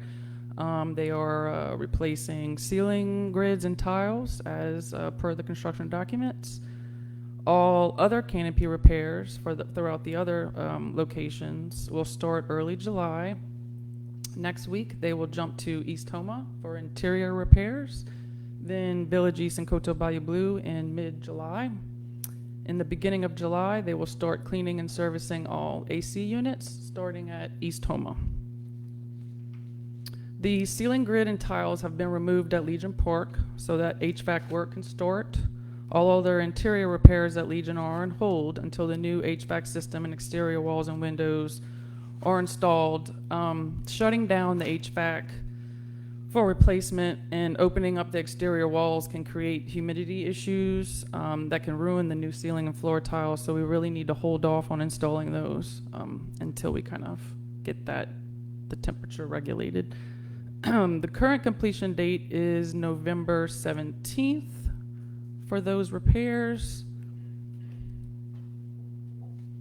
For the re-roof projects at Acadian and Legion, at Acadian, the building adjacent to the main building now has a new roof and insulation. All other buildings have been repaired. All other buildings' roofs have been repaired. There's still some small items left to do there, such as gutters, fascia panels, miscellaneous flashing. But before they finish those small items, they want to jump on Legion. They're actually going to be mobilizing tomorrow, pending conditions, because we really want to focus on getting the roofs repaired first, and then jump to getting gutters, downspouts, things of that sort.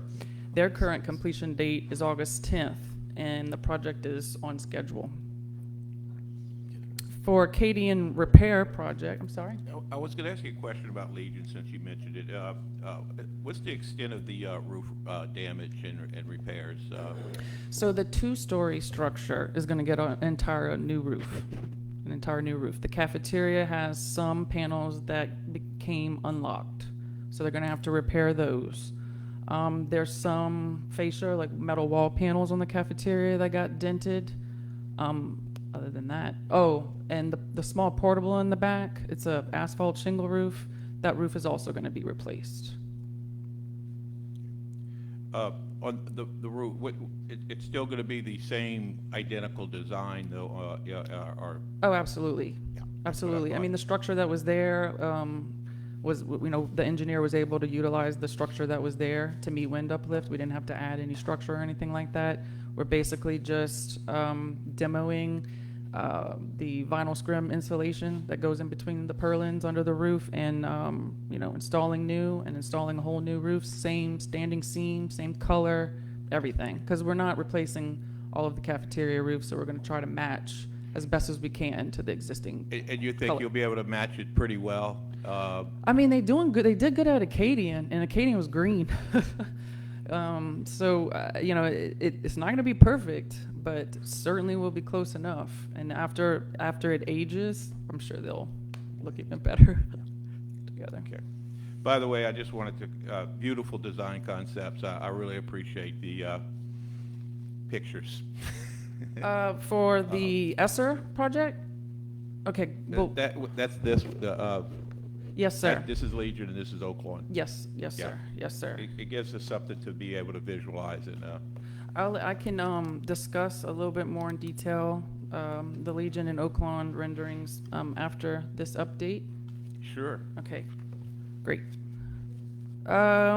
Okay, so for the repair project, all the asbestos ceiling tile and insulation in the kitchen has been demolished. The remaining scope in the kitchen is on hold due to some issues with the kitchen hood. We did call to re-insulate ductwork and clean, service, and recertify the hood. Well, unforeseen circumstances, unfortunately. The green tag on the hood is expired, and upon the fire suppression system subcontractor's inspection, the hood cannot be recertified for use. So the hood will need to be brought up to code, and we're working on getting a cost proposal from the contractor to do so. We're also waiting on a concrete answer on how long the new hood would take to come in. So there's a possibility that the hood will not be replaced in time for the start of the school year.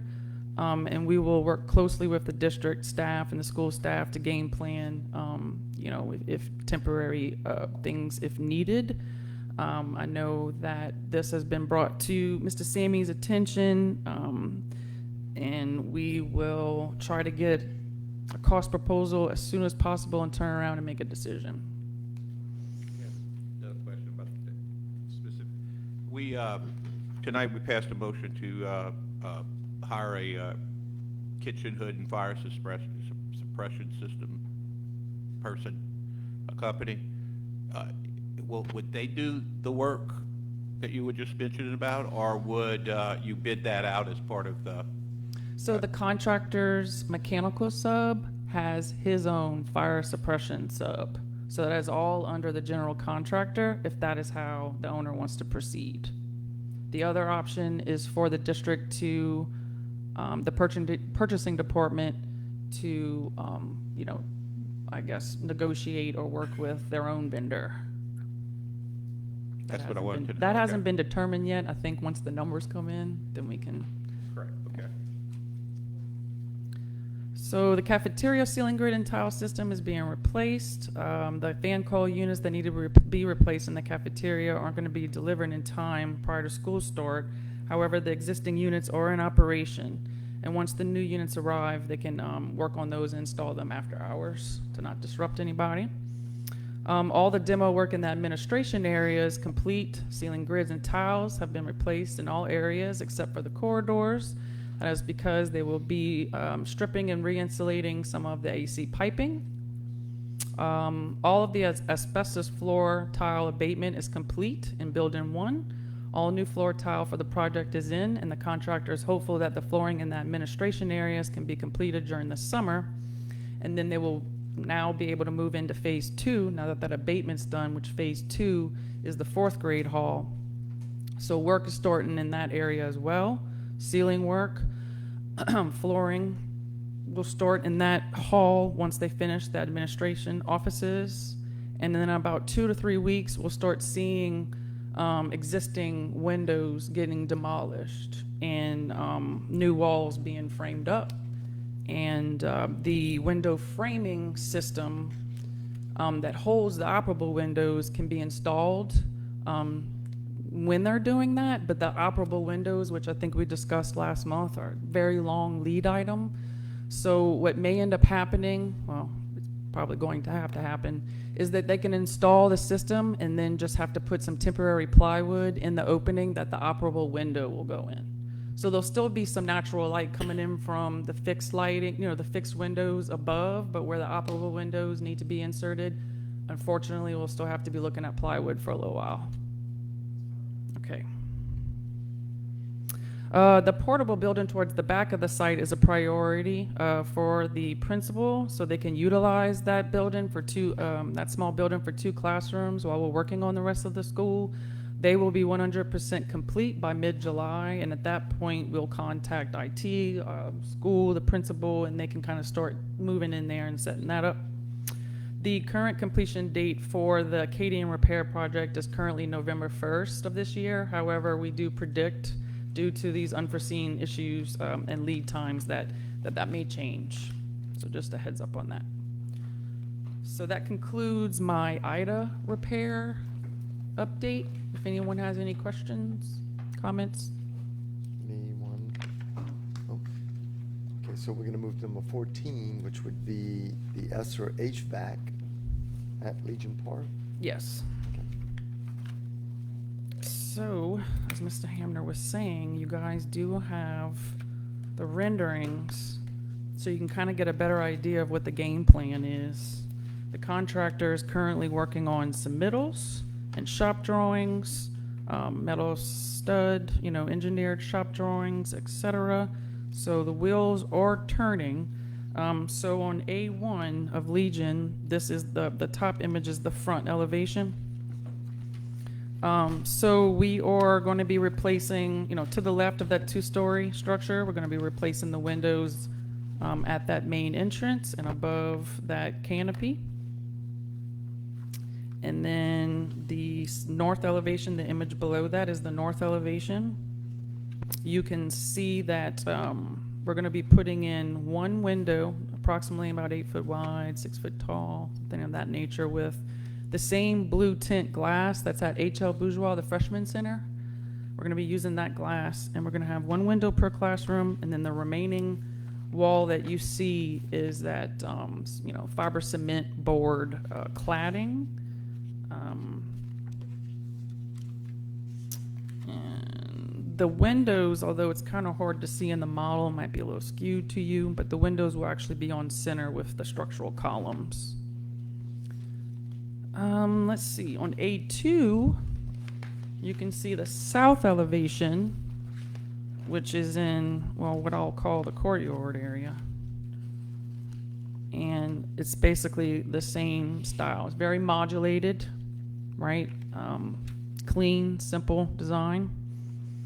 Then the bottom image is the view of the cafeteria under the covered walkway. So in addition, we are removing the storefront in between each columns at the cafeteria. And we're going to go ahead and install wider windows and fiber cement board panels underneath that as well. This is great. All those air conditioners that were in those cafeteria windows are going to be gone. Oh, absolutely. Yeah. So this, yes, and a whole brand new air conditioner system. Yeah, that's going to be great. Yeah, and it's bringing Legion to a whole nother level if we can get all of this accomplished. If we can get the parish and the permitting office and the floodplain people all on the same page, because there's a lot going on. You know what I'm saying? Mm-hmm. This is going to be a huge team effort, and we need to make this happen because we need Legion. And I know it means a lot to people, and we want to go ahead and just give it a whole new facade. Yeah. Now, in addition, the interior is going to have some good work too. Yeah. Because you're going to have all new flooring. You're going to have, a new painted drywall on the exterior of each classroom. You're going to have a really nice corridor ceiling because we've kind of had to do, some architectural design to accommodate all of the new ductwork and refrigerant lines that are running through there because the ceilings are pretty low in there, and they have the clear story that runs. We're working with all sorts of old school elements, but we're going to make it the best out of it, right? Can't wait to see it. Me too. Yeah. And I hope it all works out. Shelley, thank you for putting a lot of hard work into this school. I can't think of a better community that deserves all these upgrades than this area. And it's been a long time coming. Absolutely. The school before COVID, before Ida, was very well preserved and maintained, but these ideas that you bring in are going to be phenomenal. Thank you. You're welcome. Ms. Shelley, I do have one question on looking at the north elevation. It looks like there are windows on every other square. So are those middle classrooms in between? They won't have windows. It's funny that you say that because that's a question that I've gotten by many people because those columns, there's actually a column that runs or column that connects to a beam that runs in between each classroom as well. Okay. So you have, column that is lining with classroom walls, and then you have a column right in the middle of the classroom. So the idea would put one window in between the middle column and that outside column. Does that make sense? Does that help clear that up? I think so. Okay. All right. Each classroom will get one window. That's what I wanted. That's the answer. We had a lot of discussion at Mr. Crowder, so on account of safety, yet allowing the natural light still. 6 by 8 is a pretty substantial size window. It's not a whole bank of windows, but we will get light, but still be as safe as possible. So because the project has already been awarded to a contractor, right, and it's in the works, the actual design that was bidded out was to have 2 windows per classroom. And I know we briefly talked about this last month, but because we're cutting down to 1 window per classroom, we should be getting a credit from the contractor. So, Again, this is going to look fantastic coming down the street from the St. Gregory end. It's going to really be beautiful. I'm excited for you. I'm just gonna have to convince Sammy and his team to pressure wash everything. Motion to pressure wash? Okay. And number 15, the Oak Lawn, which looks fantastic as Okay, well. so you're also holding renderings for the Oak Lawn renovation as well. Absolutely. That one's exciting. And Both of them. this was a huge endeavor that I didn't realize what I was getting into, but I am all about a challenge and all about a change. So the ideas here is that we are going to paint the existing brick, and 40,000 square foot of the exterior, elevation surface right now is storefront. It's glass. So that's way too much. So we're going to reduce it, and you can see just like at Legion Park, we're going to do one window per classroom, and then the rest of the wall will be the same fiber cement board material.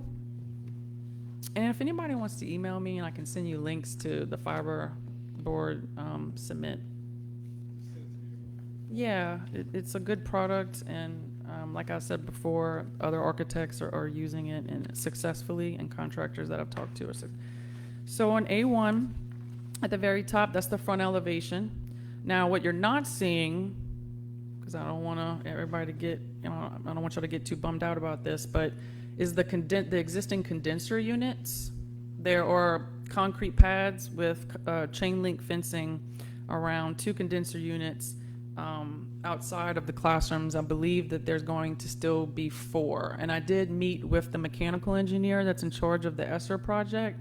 And one goal that we all really want to achieve is to, once the contractor starts their work on the HVAC stuff, we would like to see if we can get a cost, proposal to relocate those condenser units and group them and get them off the side. So that way the front elevation is clean and clear. Yeah. We don't want to do all this work and have chain link condenser units, all in from it. So we're going to do our best to figure that out. And Chef, if I can interrupt, we also talked about possibly cementing that parking lot in front of that main area where those units are. That really would die. Okay, if you want that in my scope, you need to remind me. Yeah, gotcha. So the image at the bottom is sort of a close-up of the administration in the main entry area. Our goal here is to go ahead and obviously still get rid of the storefront, put back some more administration size, scale windows in each office, and replace the main entrance door, and we want to demolish the existing canopy and put a new aluminum canopy. The railings for the ramp over there are also going to be removed and redone, so we can put some nicer railings on the front. Yeah, I know I'm asking a lot of questions, but It's okay. the entrance on this, is the entry vestibule is going to be on the inside. Okay, we're not going to add one on. That's on the inside. Daniel's got that. Okay, good. All right. So Daniel and I actually had coordinated. I had him send me his drawing so I can make sure that how we revised the front and the door entrance lined up with the receptionist, window, the window that the receptionist greets the visitors.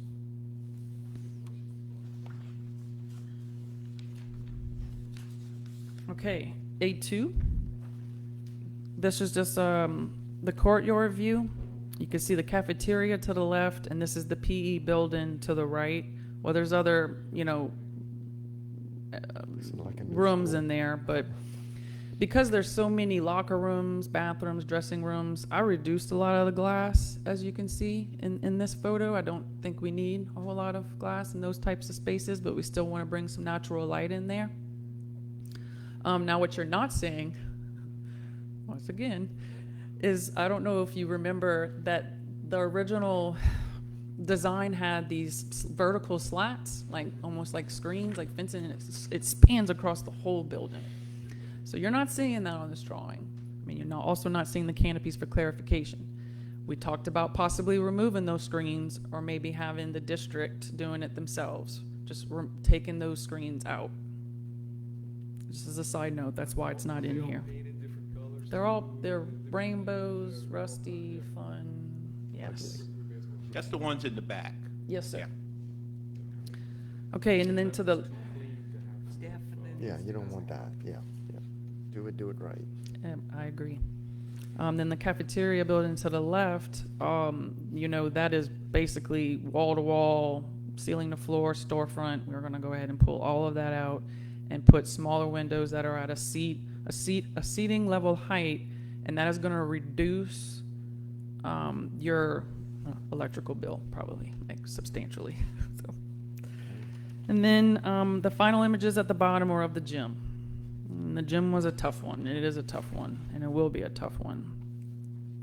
I think that we should also reduce glass and windows. We could add some of the same cladding to the left and the right of the main entrance, which is, I'm looking at the front elevation of the gym, and then just doing glass replacement in that center port full height to kind of accentuate the entrance. And then the view of the gym from Grand Collier Road is that image to the left of the front. And again, I think we should just put smaller windows all the way up high that need to be either like ceramic coated or just allow ambient lighting, but not direct lighting, right, to affect gameplay. That's currently a rough look. Well, Right now, yeah. damage, but that's gonna dress it up from the highway tremendously. So right now over there's this system called Cow Wall that's installed at the top, and that's the same system that's actually installed in the new Southdown gym. It's a great system, but it starts to fade and discolor with sunlight, as you can tell. So That's great. So,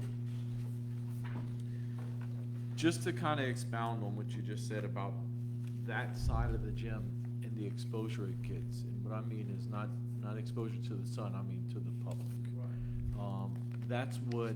That's one of the most highly seen buildings we have in this district, just because where it's at, located on Grand Collier Road, and there's Sonic and all these other things around it. So a lot of times the attention gets drawn to it. So I like the idea of improving the outlay of it, and especially the outside. But you mentioned earlier, or Mr. Ogeron did, the parking lot, or I say the parking lot, the shell area, that's not paved, I definitely support paving that, because as a former teacher at Oak Lawn, and we have a lot of people in this district that have taught at Oak Lawn or in leadership positions now, and they could probably support me on this, parking was always an afterthought at Oak Lawn. There wasn't much area for teachers, and the bus area in the back could definitely use some improvement also. I don't know if you've heard anything about the bus circle where they drop off and pick up. It's a pretty tight squeeze in there for it is those a tight buses. squeeze. I did notice that. If there's any way we can improve on that a little bit without costing any too much extra, that would be nice, even if we just, because some of the areas are not paved, and what happens is they have ruts on the side when they're exiting, when they're making the circle and they go out. There's a lot of, area where they go over. So those type of things, I think those logistical issues are really going to improve, and I'm excited to see Oak Lawn go through this transformation. And I think once we have this, all the talk about needing a new school and deserving a new school, I think this is going to preserve what's there and make it so much better that we're not going to talk about that anymore. So thank you for that. I'm looking forward to it. And I want to thank you too. Oak Lawn's my school in my district, and this is tremendous. If we can get Oak Lawn to look like this, and I'll be out there letting go out the balloons and throwing a party, let me tell you. Well, you could have a ribbon cutting ceremony. It's not- that is a a second ribbon That cutting is a ceremony. definite. When are we gonna have, be able to release some information like this to the public? Just did. If you approve it and you like it, share it with everybody. Because I'd love to get these pictures out to my people. They would be so happy. Digital copies. Yes, I'd love digital copies. Miss Bro has them. Yeah, she can forward it to everyone. Thank you. If that's okay. Yeah, go ahead. So please. on our website, you're familiar with this chart here, so we've added all of these projects to working items number 12.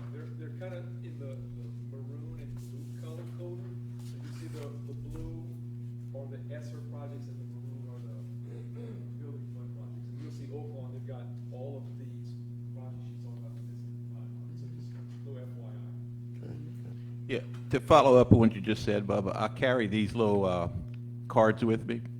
And when people ask me, you know, give me an update on such I hear, go look it up. It's right there online in real time. If I Anything want else? one, I have one. Anything else from Ms. Shelley? You did a great job, thank you. Appreciate it. Thank you. Thank you. Number 16, Mr. Steve Rome. Just Rome Architects. How are you? Rick Fender and Steve Rome, representing Burgess Rome Architects. Okay. Of the 5 projects that we have are Hurricane Ida repair projects. One of them is completing in the field, the junior high roofing project. Paul and I were just out there today, and except for some punch list items, it's substantially complete. So we're getting that on. We haven't heard any major, any problems with the roof itself, so we can start scratching that one off the list. Okay? 3 of the other ones, Homa Junior High with the interior repairs for Hurricane Ida, Terrebonne High School repairs, and Andrew Price. All 3 of those had some lingering FEMA comments that as of this last, was it 2 weeks ago? No, last week. All 3 of them have been signed off by All South. So we're ready to go out for preparing those drawings for bids. Within the next few days, up through next Friday, we'll have all 3 of those ready to go.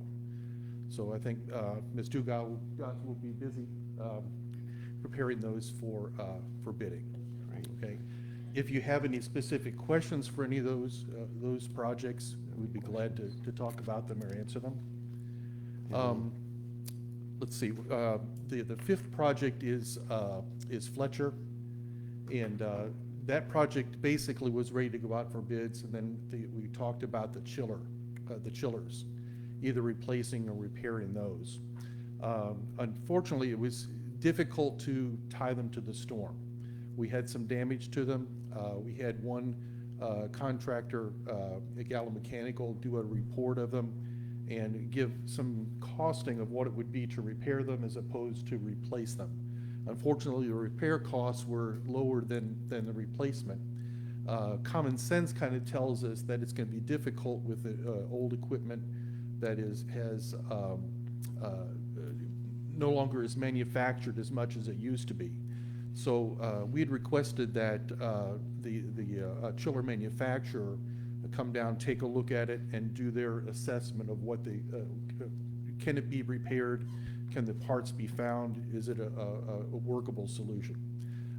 Adam with All South has advised that this kind of step is what's needed to be able to get the justification for that work. So we had requested that to get an approval for a minor amount, I think around $2,400, to have that group come in and do their assessment. So, Yeah, please. is there anything to add to that, Adam, as far as approval for that being accepted by FEMA? So the way we're gonna bring this is right now for FEMA, the damages is a repair. It is an older unit and hard to get parts and to maintain. So if we can have a way that showing that repair is not as feasible as replacement, and we can show that to FEMA, then we can go around that path to get y'all a new system in there. But until we have that information, it's still gonna have to move forward as a repair. But we're trying to do as much as we can to try to get y'all a new system if possible. Very good. Yeah, it would be. Okay. That's where we stand on, if that's okay, we'll proceed with that documentation we need. Okay. We had one question outstanding on junior high school with some electrical items. It's a minor comment for a FEMA review, and we don't see any reason why it the project can't still be just proceed forward to get it out on the market. If it is something that comes up, can be handled very easily on a question, an addendum or so. Can you give us in a nutshell, Homa Junior High, what's involved, what are the major pieces of that project? Sure, sure. A big part is, since the flooring was taken up and abated the summer before last, we have all new flooring for all of the classroom spaces in the building. Going back in with wood base at the same time for, yeah, to make it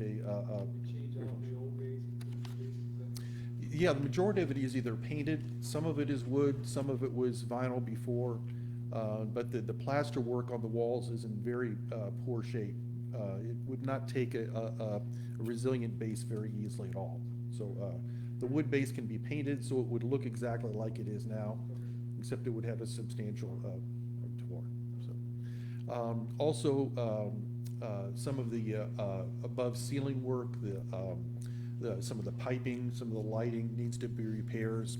A big part of it is the roofing had substantial damage and damaged the ceilings on the second floor.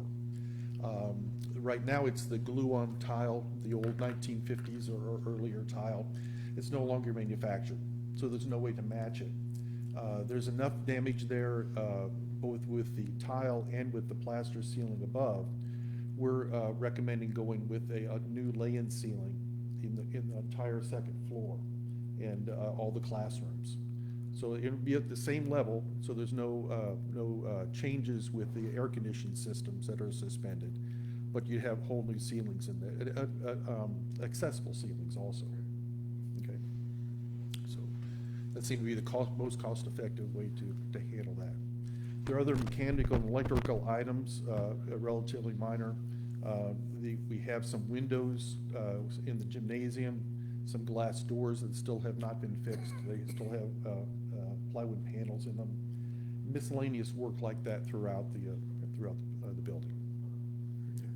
One of the issues with the facility study was lighting and brightness, so the floor tile should really help with the nice ceilings. That's going to help that more issue.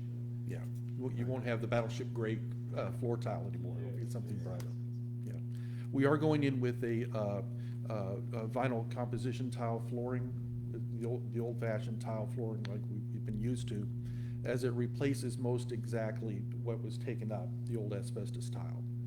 But we have put an alternate in there to use luxury vinyl tile, either planks or tiles, if you choose to go that route. Yeah. Mr. Ford? So I have two questions. One about Home Junior High.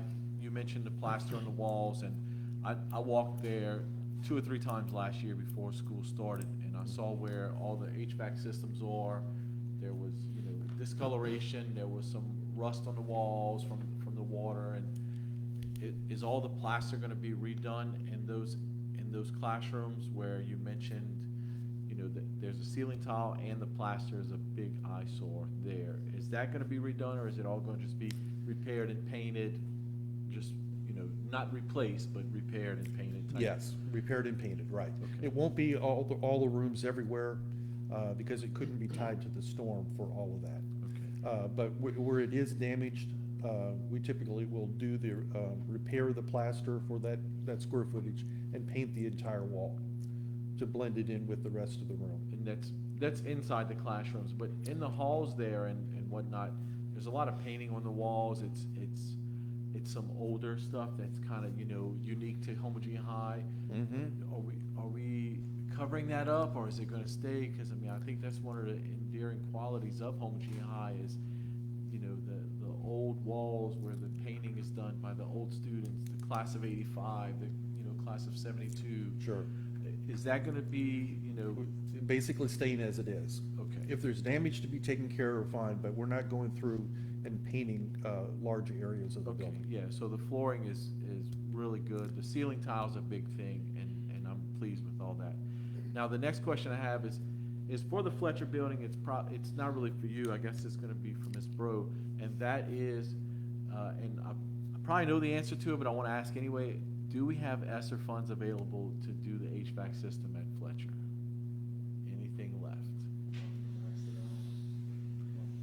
I know we decided last year about this time of the year that we had to spend that money and get those HVAC systems done, and I was just hoping that maybe one of those one of those budgets that we were talking about where not everybody spent theirs and it was reallocated, you know, may have been something we could have taken advantage Worth a of. shot. Yeah. Just, Good question. Thank you. Anything else for, or you had anything else, sir? That's it. Any other questions? Okay. Thank you, appreciate Thank you. it. Mr. Positeri?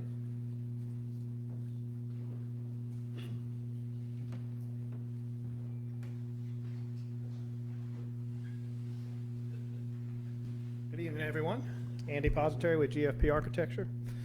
I'm going to report tonight on 4 different bid packages that are out. That includes 5 sites. There's one bid package that has 2 sites combined with it. So the first one I'll give you an update on is Bayou Black Elementary School. That project is under construction. The contractor is Tosh LLC out of Bridge City, Louisiana. That current contract sum is $490,000. Notice to proceed was issued back on April 23rd with a 240-day contract time, which would currently expire on November 29th of this year.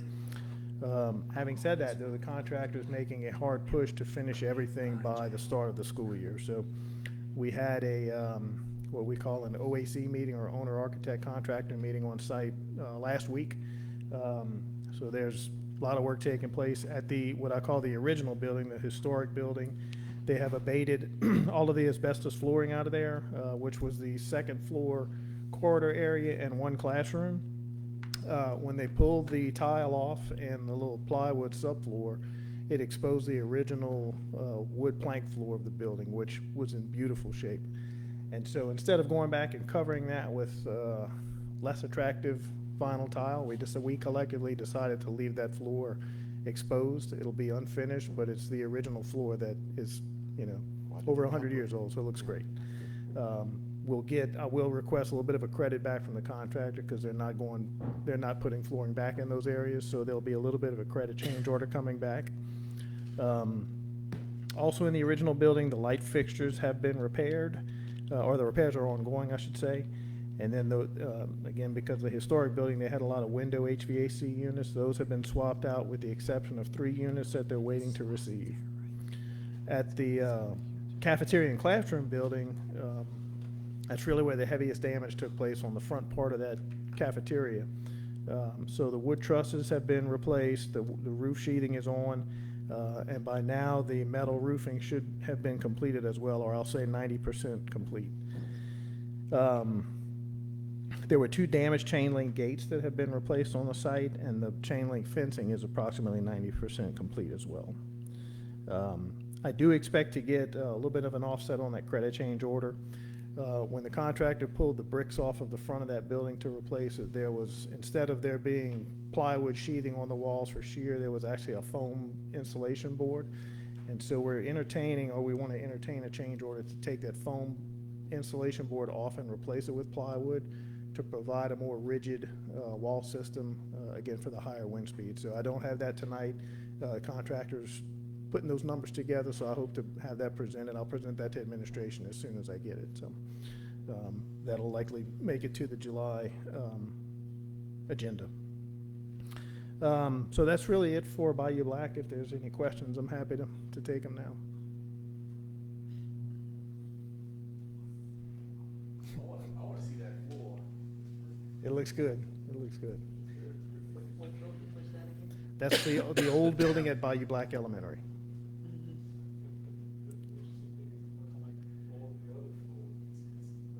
It's that same floor, right.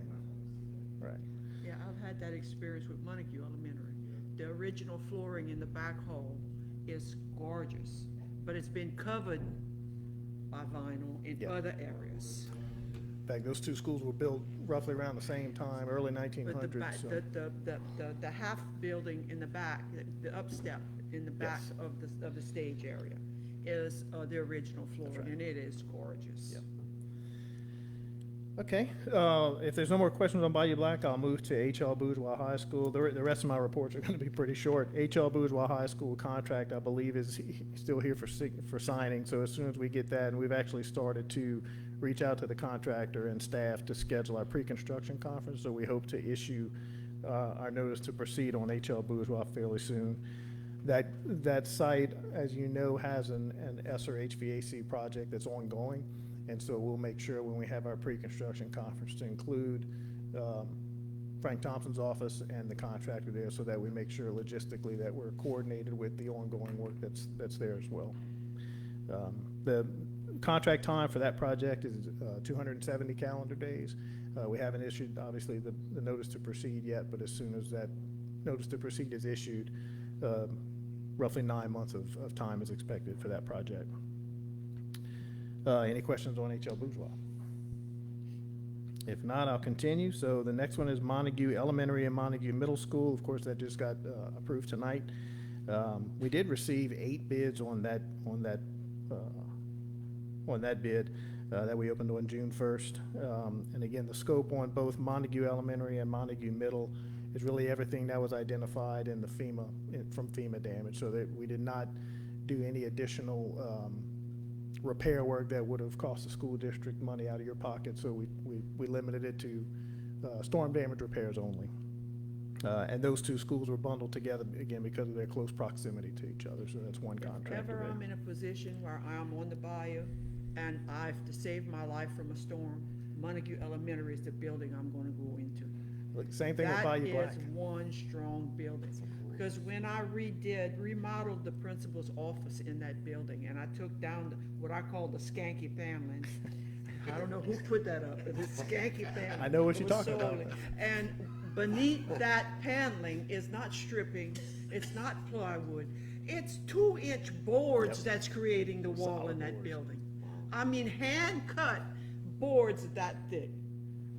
That's the place to go, because that building, when that goes, there's nothing left in Terrebonne Parish. They don't make them like that anymore. Okay, and then the last school that we have on our list is Mulberry Elementary, of course, Mulberry Elementary, which of course you just approved here tonight as well. Similar to the 2 Montague sites, this is strictly just storm damage repair. We, of course, limited the repair work to what I'll call the original building, because the new addition wasn't complete at the time that Ida hit. And then the modular building behind that original building has some scope in there as well. And then just some ancillary shingle roof replacements and things like that. So again, that bid package we received on June 13th, and there were also 8 bids received on that. So it's a good thing to see a lot more activity on these bid packages. And so that was our last project. We of course have Pornichet Elementary, but I think we all know where that one is now. So Yeah. nothing to report on Pornichet. Okay. Any other questions for Mr. Positeri? And then we have. Thank you. No, we have number 18. You covered that as well? Because that was Mr. Houston Lee. Oh, okay. Also Positeri, though. Okay. I stepped out. What did he say? So Mr. Houston Lee, right? Good evening, everyone. How are you? Thanks for the opportunity. I have 3 projects to discuss or to fill you in on. The first one is Broadmoor, which is now under construction. We have a contractor by the name of Delcon. They're out of Berwick. Their notice to proceed was issued on May the 22nd, and their completion date is it's 120 days. Completion date is September 19th. And we're going to push them as hard as we can to get it done as soon as we possibly can. We did have a couple of situations that occurred regarding some asbestos, some tile that has to be removed. That's in one of the classroom wings, and so they're going to put that one aside and let the abatement contractor take care of that work while they're working in the other part of the building. We've had the opportunity to discuss that with them and the abatement contractor. We also have an ESSER project going on at the same time. They're replacing the air conditioning unit, so they've completely taken all the ceilings out of the hallways. They won't need to access the classrooms because of the way the air conditioning systems are configured. You know, there's a module that fits in the ceilings, so they don't have to actually get in the ceiling much at all, you know. So it's not going to inhibit the contractor from doing the floor tile replacement. in the other wing that doesn't have the asbestos tile. Most of the damage at Broadmoor was due to some broken glass that caused some floor damage and wall damage, and so we've kind of focused on mainly on that. Very little roof damage. I think mainly on the over the kitchen area. They had one corner of the building on the windward side that had some damage on the metal roof. They have a standing seam metal roof on that building, so it's in good shape. So anyway, things seem to be going well there. We've been working closely with Ms. Swallow, coordinating things, and their maintenance staff has been very helpful. So she's already picked out the color for the replacement tile, and so we're not, we're getting that up and going. That's not going to hopefully keep us from moving forward. So any questions on Broadmoor? Mr. Ford? So, with the Hurricane Ida damage came some broken windows and some blinds and some other things, but it also created issues with moisture. And I know you're not in charge of the HVAC because it's ESSER, but you guys are working around it. One of the chief complaints I had from teachers was that they were not able to control their air conditioner units, and whoever it was, whether it was their custodial staff or maintenance or whoever would go in there and set it, the teacher would have it on during the day, and they'd have to, some of the classes, they'd have to flip the switch, with a broomstick, trick it into going back on, because what would happen is, at night, when they would leave, they would come back the next day, everything was wet. The moisture buildup was in there. Are you guys addressing that, or is that something that's being done with the ESSER, with the HVAC? Yes, that would be the ESSER project is going to be taking care of that, and Frank's going to be giving you an update on that. That's Frank. He's going to be talking about it? Okay. Yeah, So Thompson the next question I have then is, and this is just a personal preference. I mean, Broadmoor is one of the schools in my district, so I'm there pretty often. My kids went there. Those blinds in those classes are just, they serve no purpose anymore. They're broken up. They're just an eyesore, and they're in the way. Are we doing something with that? Maybe getting rid of those and, dressing up those windows some We kind of haven't way? addressed that as part of the scope. Really? Wouldn't be considered as. It's very unfortunate. Yeah, that we're not so doing I something know, about that. I know. Okay, I just wanted to. Yeah. You don't want to salvage them? No, not those. Repurpose, Okay, if we're moving on to the next school. Yep.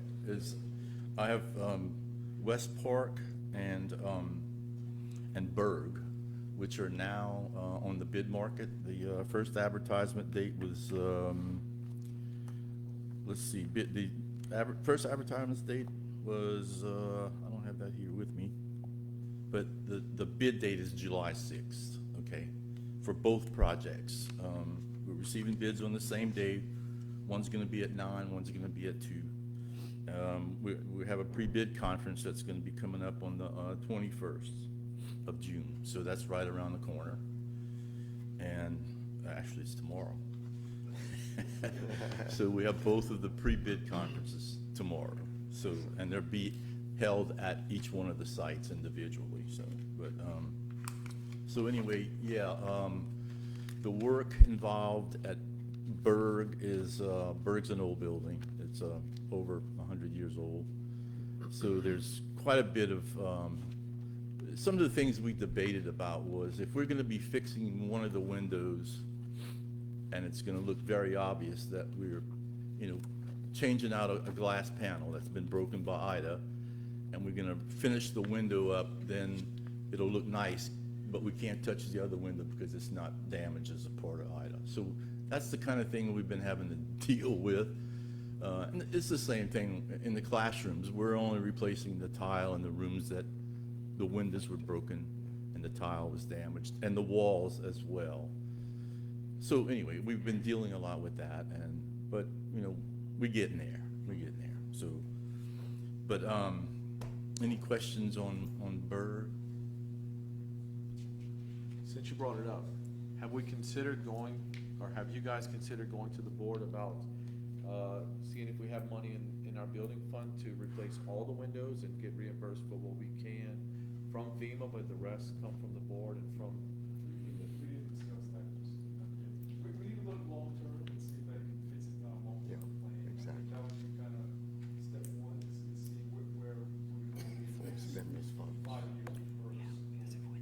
Kind of easy to start doing that instead of just So talking we about got, it. we're gonna have, just sort of. Yep. Yes, sir. Okay, thank you. Okay, the next one is, West Park, right down the street. So anyway, that's an old building as well. It's one of the footprints of Lacache. Actually, it's a mirror image of Lacache, yeah.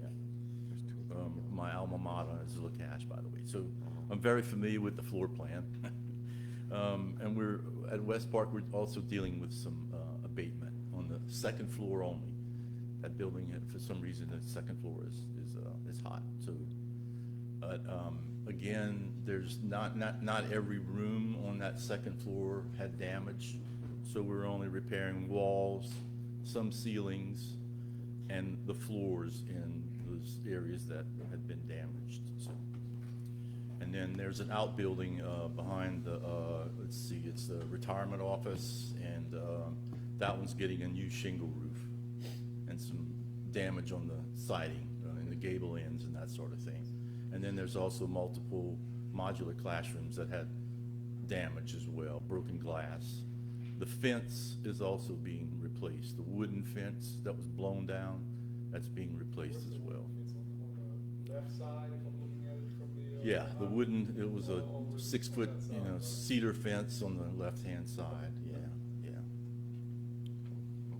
So the modular, or actually it wasn't a modular, it was a classroom building behind West Park that was blown out. The slab is still there. We're not replacing that building. We're not touching that, so, yeah, it's not part of the project. That's all I Good. have. Any other questions? Thank you, sir. Thank you all. Appreciate it. All right, good night. Good night. Mr. Craig Abear?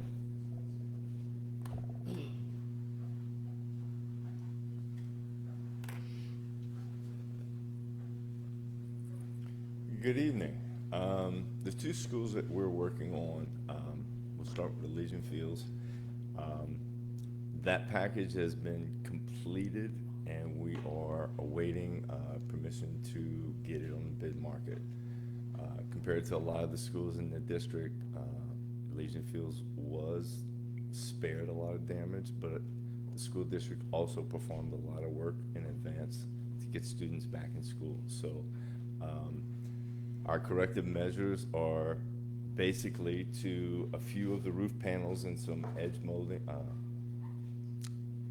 fascia panels and gutters on the perimeter roofing of the main building, and some exterior metal panels on one of the portable buildings that's currently being occupied and used. The bulk of our efforts, if there's no questions on Legion Fields, has been associated with Ellender. Yes, sir. Real quick, are you guys doing the vegetable on Legion Fields, you know, the one entry? No, Daniel Bruce is doing that independently with a separate package.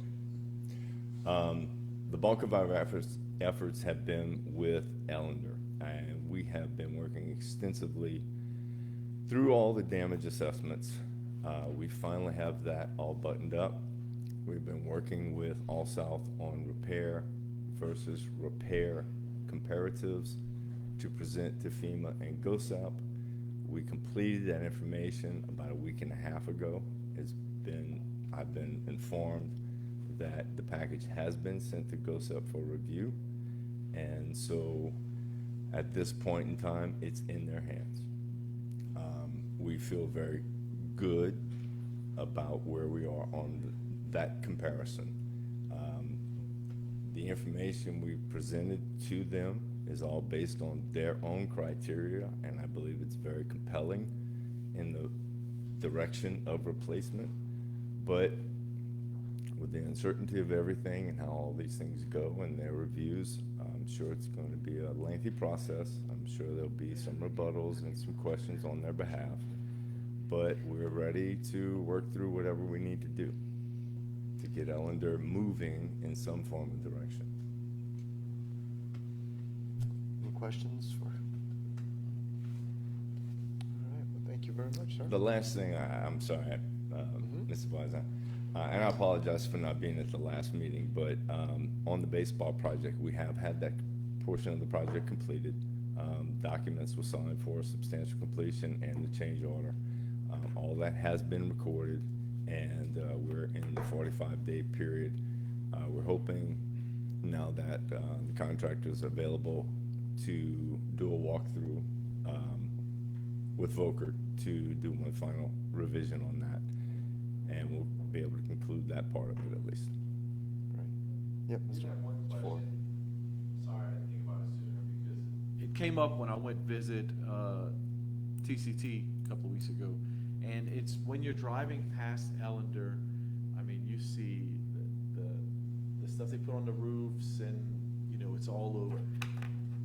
Does FEMA allow for us to spend money to get reimbursed just to kind of cover that, like even just from the road, just a privacy fence or something to where when people are passing by that, in particular our students, they're not seeing the grossness of that building, because I think that's a real, you know,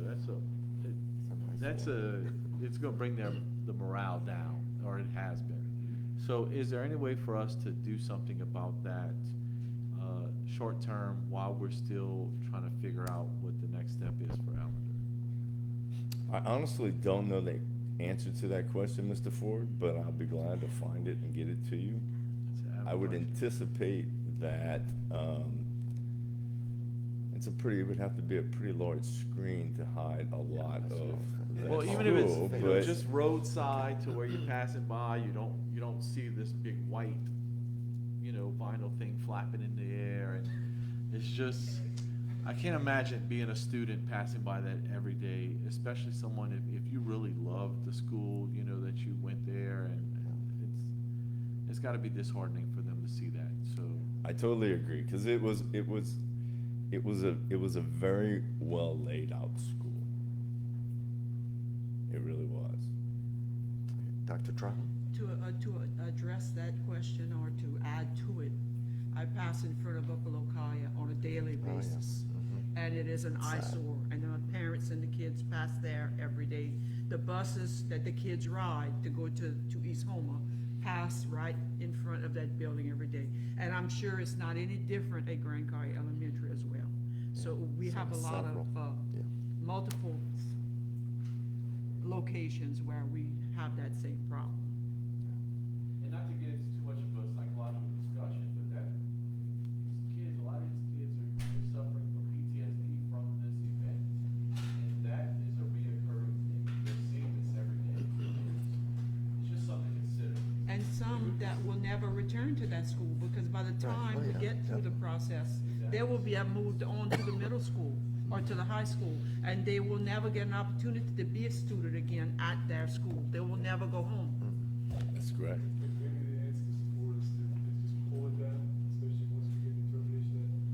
Yeah. Oh, we need to pull them down. They need to be.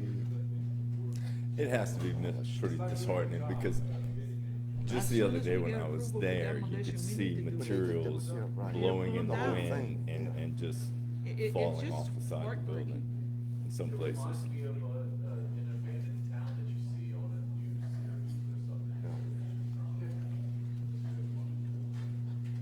Okay. All right, thank you. Appreciate it. Thank you. Thank you so much. Mr. Daniel Bruce.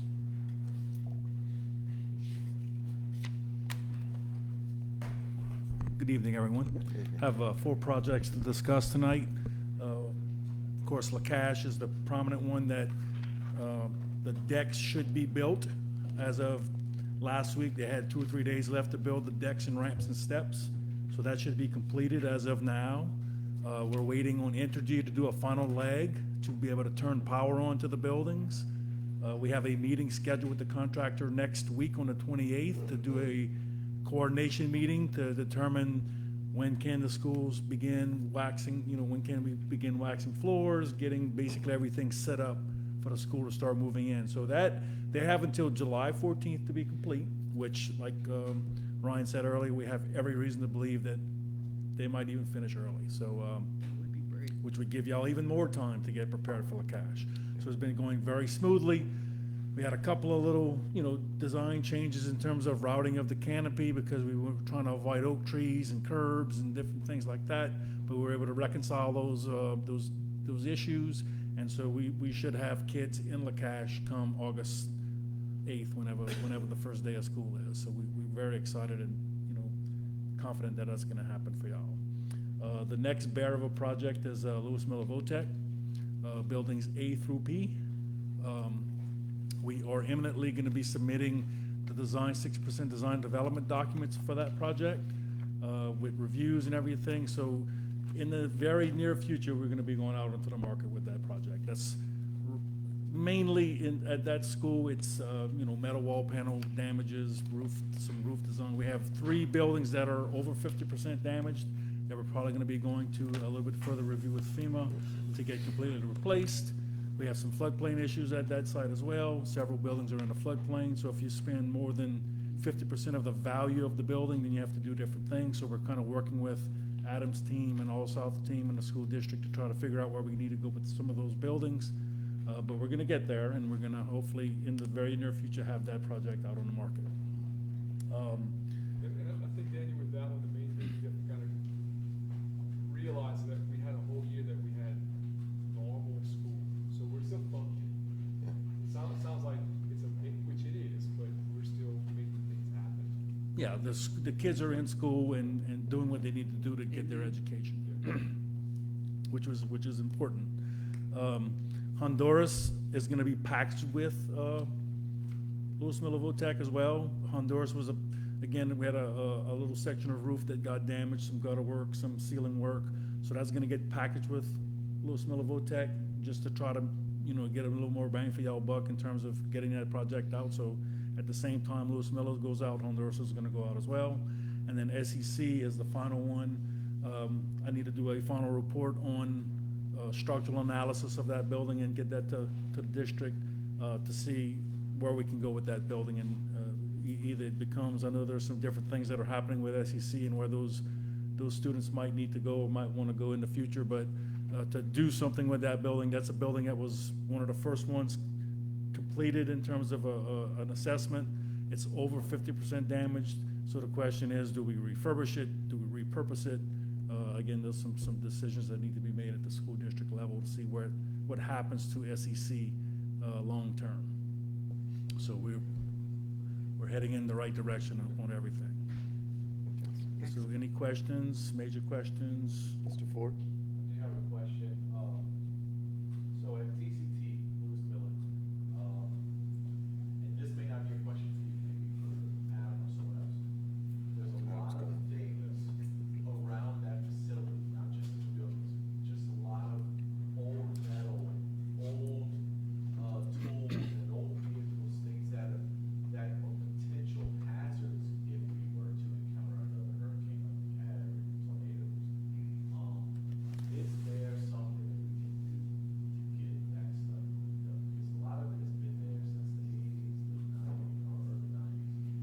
It just needs to be cleaned up. I don't know if that's something that you guys doing all the people projects for that facility responsible for, or could get together or coordinate, or if that's something that we need to do as a district. When I went there a couple weeks ago to talk to the TCT instructors, we did a walk around of the facility, and there's a lot of stuff that's just hazard and safety. It's things that we need to really look at. And I don't know if while they're doing the work, if we get those construction guys to scrap some of that stuff, or this is not things that have government tags. This is just metal. This is just scrap iron, things that you probably could disappear easily if we said, hey, you got a thumbs up if you want to get rid of that. Get it out of it. There's the old radio tower head that's just mast that's just sitting on the ground. We had some preliminary discussions about addressing some of that again. That's just if the district's willing to spend that money to there's a building right behind Building I that's derelict and vacant, that's, you know, somebody decides they wanna go foraging through that, or, you know, and gets hurt, it could be an issue, but again, that's just a matter of if the district wants to proceed with trying to get rid of and cleaning up some of those sites. Maybe, being that you're in the business, you may know someone that does demo work and may do some pro bono stuff if they get to take whatever's there and, you know, repurpose it on their own. I mean, it's just, whatever can make safety a priority for our students and on all our campuses, but in particular the one where the industrial type work is being done, I think that would be a good idea. Anything else from Mr. Bruce? Yes, security fencing, yeah. So it's, so that's a security project, phase 1, which is the 5 schools. We have Oak Lawn, Acadian, Broadmoor, Legion Fields, Honduras. So they have basically set all the posts at Elysian Fields. They're waiting on fence fabric, to come in to be able to wrap those fences with the chain link. They have the wood fence up, the posts up. They should be installing the wood for that fence shortly. They have set all the posts, or should have set all the posts at Oak Lawn based on my visit there Monday. They were Oak Lawn, yeah, Oak Lawn's fence posts are being set. They actually fixed the corner of Oak Lawn, that one corner, just to kind of get it back. At Broadmoor, they were at Broadmoor today, setting fence posts at Broadmoor. Their goal is to try to be finished before school starts. Now, they do have contractually through September to finish, but it's in their best interest to finish while there's no one at the school sites. So they're striving to get it all completed prior to the beginning of school. Whether that happens or not, it's to be determined, but that's what their goal is to try to finish those projects before school starts.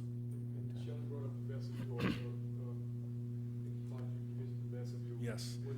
So I guess I'm gonna work with Shelley, because we don't wanna do interior work till the exterior is kinda done, so we're gonna try to coordinate with her in terms of when's that project gonna be on the market and be wrapping up to where we can go and do the work on the inside, because we're gonna be taking walls off the building, so we don't wanna go do interior finishes when we know we're gonna be pulling the walls off the building to redo those walls. So there's some coordination that is gonna be done between us and Shelley to kind of coordinate that timeline. But we have some renderings that I need to be submitting to everyone so that they can kind of take a look at where we are with what the new lobby's gonna look like. We've sent that to, well, we did the floor planning, but now we have some renderings that we want to submit as well, so y'all can kind of see what's going on with the new lobby. So we'll work with, again, with Shelley on timelines and figuring out when that project needs to go out on the market, and then in the meantime, we'll show everybody what the new lobby of Oak Lawn's gonna be. Fantastic. Good. Okay? Very good. Well, just one small point, it might not be small. We do have a commitment from HPDNSO with the trustees that they'll go out and this summer and get some work done at painting or pressure washing or things like that. So we can, if there's something like that, that need to be done, we can get, they're already agreed to help us with that. At Oak Lawn. Yeah, I think John's like working with at that. South Terrebonne's campus to try to restripe the parking lot. You know, kind of. Mr. John's helping with that. Yep. Okay. Good. All right, thank you. All right. Thank y'all. Have a good evening. Mr. Wagasback? Good evening. I'm Grant Wagensback. I'm with the Planis Design Group. Just going to give you an update on, I guess, 2 of the kind of packages that we have working on right now. One was brought up tonight for approval, Caldwell Gibson. It's minor repairs and finishes and those kinds of things.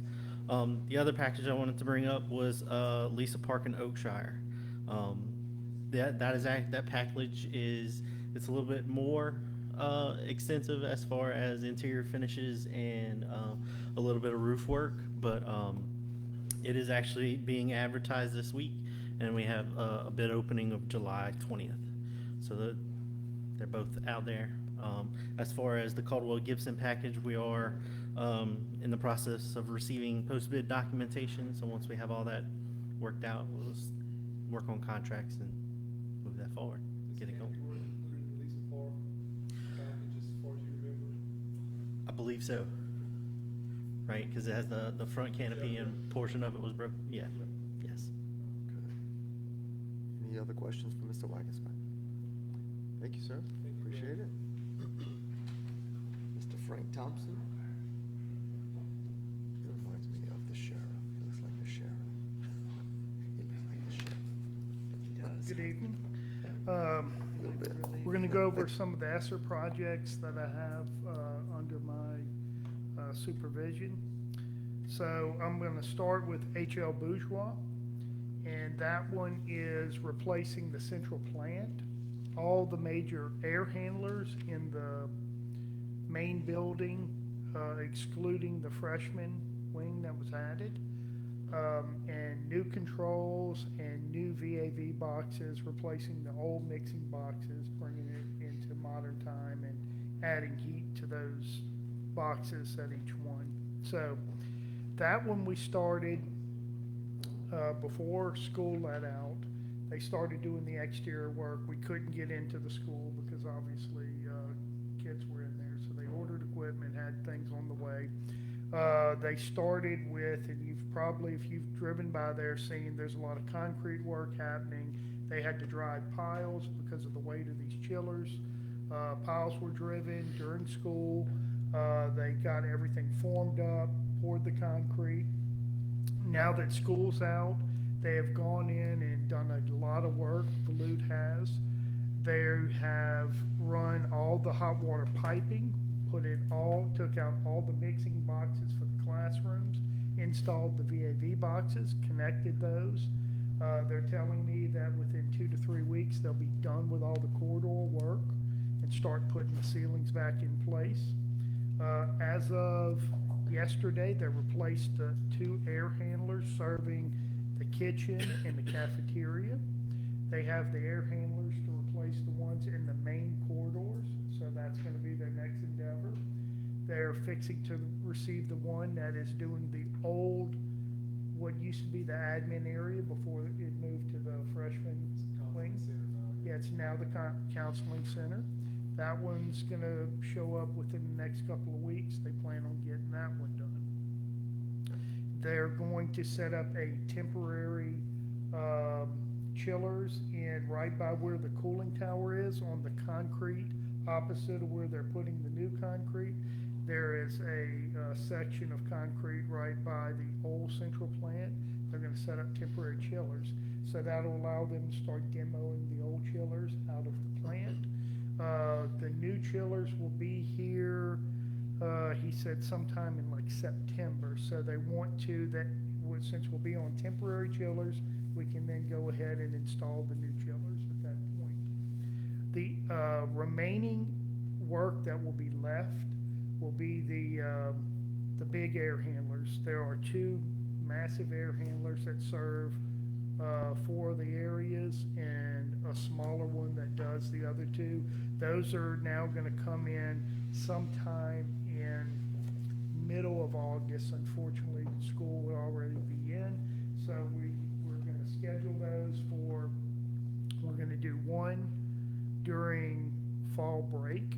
It's kind of the preliminary plan, unless something happens, and the other one over Thanksgiving, because those will shut down a large portion of your classroom. So we have to do it when we have a break, and it's going to take 3 to 4 days at minimum to get these in. The large one's really a week. So the Thanksgiving break, and then if anything, any delays or they can't get them done, they feel like they can do the smaller one maybe over a long weekend, starting on a Friday and finishing on Sunday before the kids come back, and then do the other one during fall and during November, during the Thanksgiving.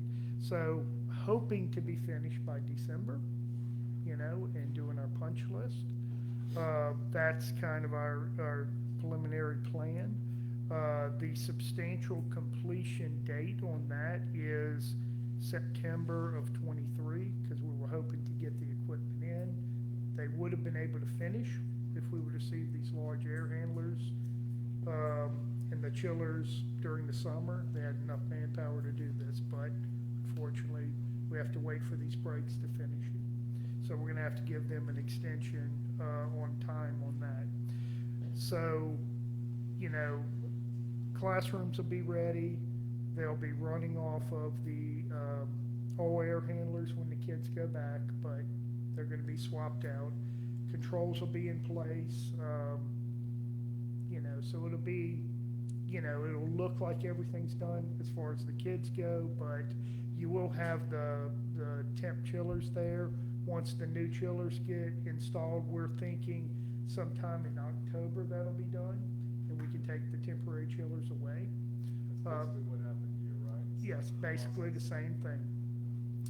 We're gonna take those away, hopefully in October timeframe, and then finish. We'll be doing our punch out, substantial completion in November for that project. But it's going very well. Volute has a lot of their resources over there right now. So it's no complaints on that one. Nothing that's come up as a surprise that I wanna bring to your attention for a potential change order yet. And it was a massive project, and that's a good thing so far. We are building the fence. You're not gonna just see the chillers from the front of the school. We have nice brick columns that we had designed and a metal fencing with gates that will emulate the freshman wing of the school. So we want it to look like it's a wall. When you're driving by, because it's the face of the school, we want it to look like it's just another wall for the public. There is one thing that did come up, the transformer, but it's Entergy's transformer. Not really our issue, but it may create a time issue. It's leaking oil. So we met with them last week, and they're in agreement to change it out, but they didn't give us a time frame on when they're gonna get this new transformer in. So that's, hopefully won't hold us up, because we're tying back into it to feed some new electrical equipment. But I'll let you guys know if there's a issue with that.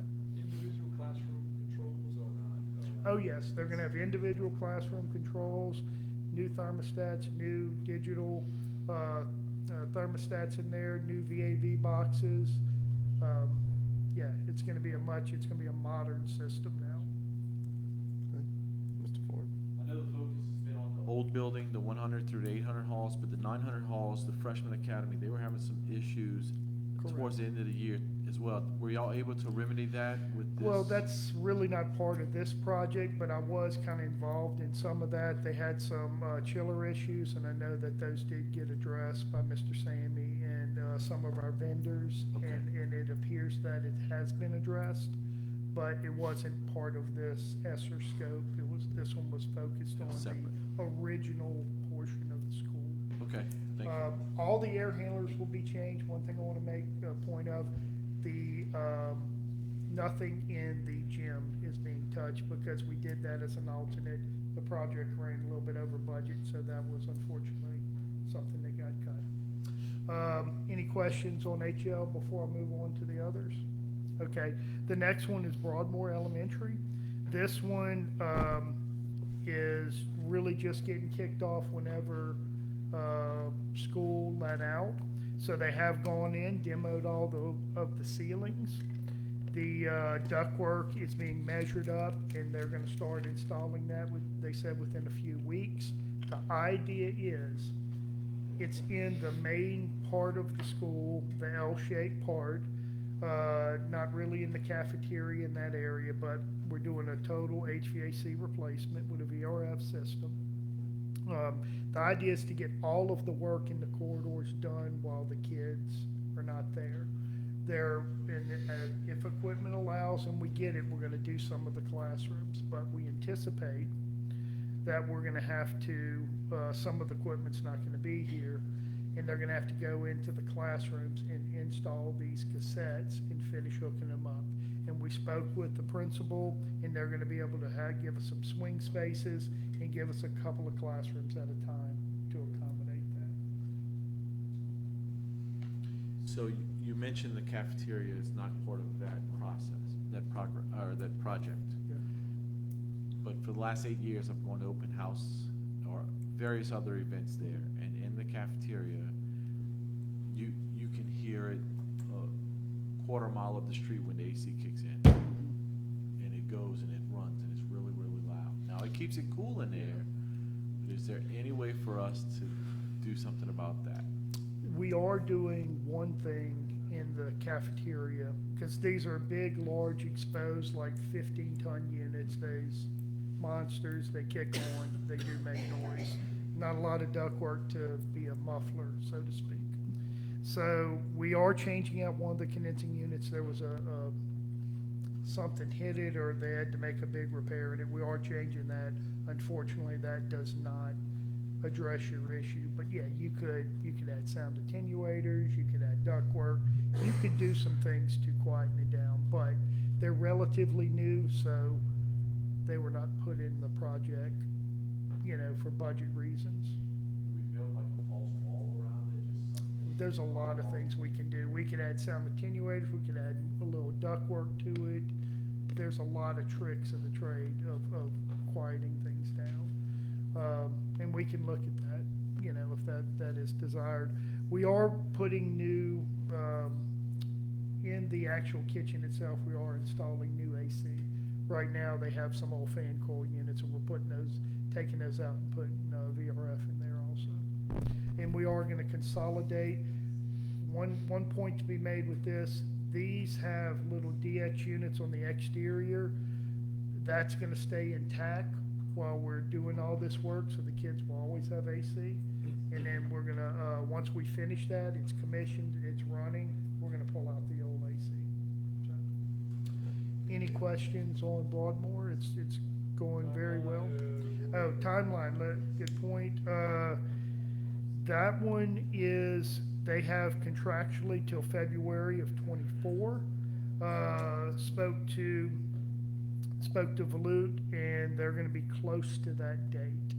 If they have any delivery issues with the Mitsubishi stuff, he said it may push into early spring, but I will keep everyone informed on that. And a quick point to Mr. Bro and Frank have worked closely, because this is ESSER money, we have timelines to Yes. get all this project done. Yes. So we're really working very get all this done. It's gonna be close, but we're pretty confident. Yep, we have to have it done by a certain date. I have to have everything done. We gotta get through 45-day lien period and all that, and have this money totally spent to meet these requirements. So we're very cognizant of that, and we will hit that. The next one being Mulberry Elementary. This one, Mulberry had some asbestos. So whenever school let out, first thing we did, we had our contractor remove the ceiling in the corridors, and abatement contractor went in there. So they had to pull out. It went over to the abatement folks. They stripped all of the asbestos, cleared it, and now they're really getting in there the last week and a half, and actually doing some work. They've demoed out some Mulberry, the whole part. It had terrible AC system, because it was a large constant volume unit that fed up to 4 and 5 classrooms. You had one thermostat, 5 classrooms, thermostat out in the hall. No one was ever happy. So we're giving everybody individual VRF units. They're gonna have control, heating, cooling. They're gonna have all that. So what they've done so far is removed a lot of that stuff. They're putting in, they put in all the new hangers, and they're installing ductwork. I believe he said today they started. We're having meetings on all 4 of the projects tomorrow. I have all-day meetings, and we're gonna do those every couple of weeks, just keep these going. So abatement's finished, the piping, mains have all been removed, the ductwork's on site, so that's kind of everything with this one. This school will not be 100% ready. We're gonna have all of the corridors done, we're gonna have a lot of them done in the classrooms, but we've worked it out to where I believe the principal said the pre-K or the K area she has to have, we have a contingency plan in place.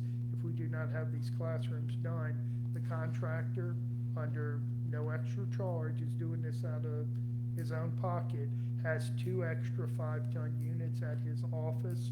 He said he will set those classrooms up with temporary ductwork so that those kids can go in that classroom while he finishes it. So it was a good gesture on their part. So we have that taken care of. So Mulberry, I think the condensing units may be the last thing. Once we get those put in, we'll get rid of the temp cooling, we'll be done. They're scheduled to be done. The latest they have is February of '24. They're gonna be done, he said, sometime, worst case scenario, he's thinking in December. If we have delays on equipment and they have to start doing a few classrooms at a time. Dularge is the next one. Very similar to Mulberry. It has a chill water system in it. So we went in, stripped the ceiling out. They had to go in and abate everything that was asbestos in the corridors. Part of that was the chill water piping. So they stripped all the insulation off the chill water piping. The piping's in terrible shape. Several leaks sprung up, like 4 leaks. So they shut it down, and the contractor did repair those. They're putting back the temporary insulation, and we're gonna fire back up the AC. So they're gonna have AC back in the building for when the kids come, but they're gonna have all of the new AC system put in. They're gonna leave the old system in, just like the other schools. They're gonna run concurrently until we get this one finished, and then we'll demo out the old. So they're gonna have all the corridors done, and as many of the classrooms done, just like Mulberry, and whatever finish work they'll do, the principal is gonna give us 2 classrooms at a time of what needs to be finished. And they're saying worst case scenario, November, December for him to finish that one. Contractually, they have till February 24 to finish that one. But really no issues that we've seen other than the leaking pipes. Everything's going very well with these. No change orders that I foresee at this time to kind of convey to y'all. Any questions on these? That's all of these, yes. The other ones that, I think Shelley addressed the other ESSER projects. So those are the 4 that I wanted to give the board an update on tonight. Good deal. All right, thank you. Mr. Robert Utley?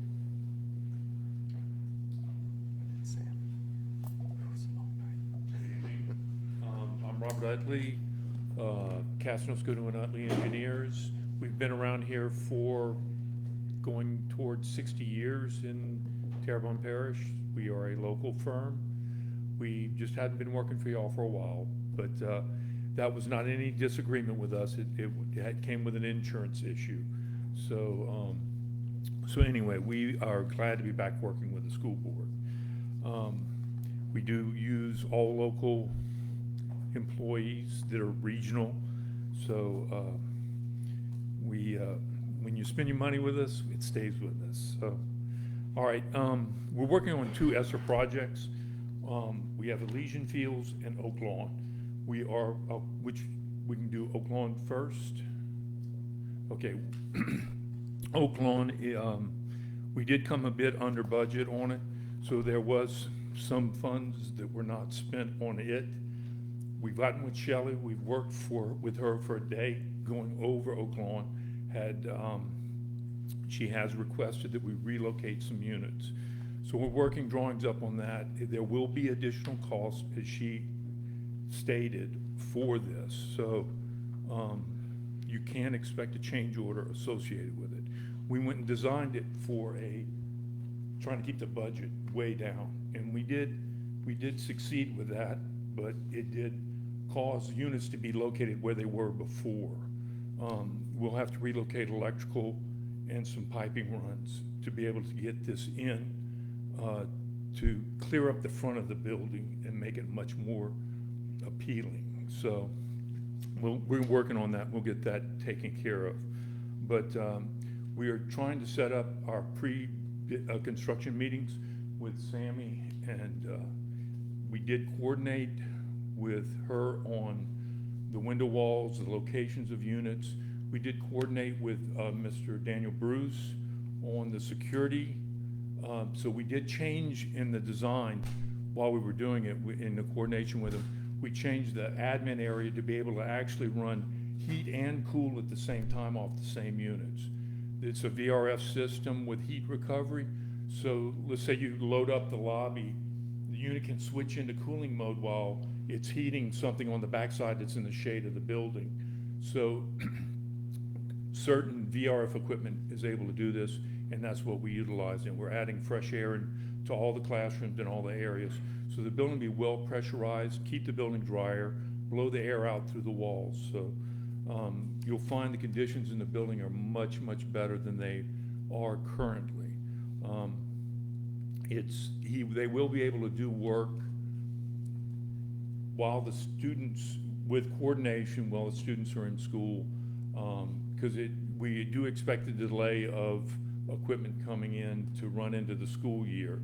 So we did give them a longer period of time for this project and the Elysian Fields project. We gave them 365 days for this project. It should be completed before, so we can get it all checked out and get the money spent before it comes due with the feds. So we don't expect any real problems with Oak Lawn. It's pretty much a monster. It's got a lot of different components. We're re-air conditioning the gym, getting those loud units that are bugging him about the cafeteria. They have them in the gym. So we're going with some units that are outdoor packaged, ducking them in through a closet, and then going up and then going to a flexible duct system in there that won't get hurt by impact from balls and things. So we are putting a VRF system. It can be parallel installed. We are using a lot of the same electrical, so there'll be cutovers associated with that. But they can install most of the system without taking any of the current system down. And that's basically it. We're doing a lot of transfer of air to reutilize air pressurization in the buildings for exhausting out. We are modifying the kitchen hood to make sure it meets current code. So that was included in an alternate on that job, which was accepted by y'all. Any questions on Oak Lawn? So you mentioned the movement of the AC units by the entrance, because when I'm looking at Oak Lawn, you have the entrance offices on the left, and then the hallway down that hallway on the outside of that building is where those old units were. So Yes, sir. where are they going to be moved to? There's two locations that can possibly go. The longer you make the run of the refrigerant lines, the less efficient it is. So we try to keep those minimized. So if we take all those units and we move them to the back side, it's not going to be viewable from the road. It's in more of the courtyard area. Or the alternate is to move them to the end. We're worried about some of the runs that come from the, worried about some of the runs that come from that side of the building and run through, that the runs will be too excessive and will not be able to get good efficiency out of the system. So we're looking at maybe even putting them on the other side and doing those units from the other direction. It will require redoing some of the electrical service, because the main electrical feed comes to one of those units in the front and then gets distributed to all of those. Well, if we go back to where it comes from, it's coming from on the roof a long time ago. So, before they put the roof system on. And so we're gonna have to evaluate that, and that's one of the bugs in the system. So if we move them to the courtyard, which would, I think would be the best idea, but it's just my opinion. And that's what we're looking at also, I agree with you. There's a recess there, so students go there when they have free time. Are you guys gonna be able to put some barriers up, or are we gonna have to do a We change have to, order?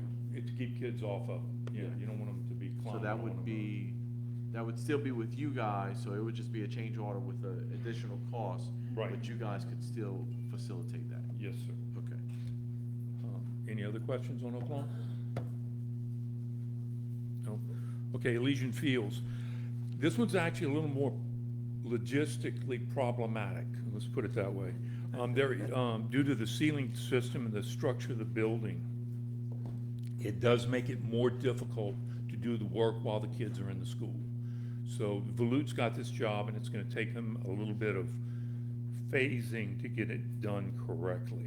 So we're gonna, that's all gonna be discussed in the pre-construction meeting. We don't expect any problems with Volut. They're actually an excellent contracting company. Y'all, they've done a lot of jobs for y'all. They're doing well on all of those.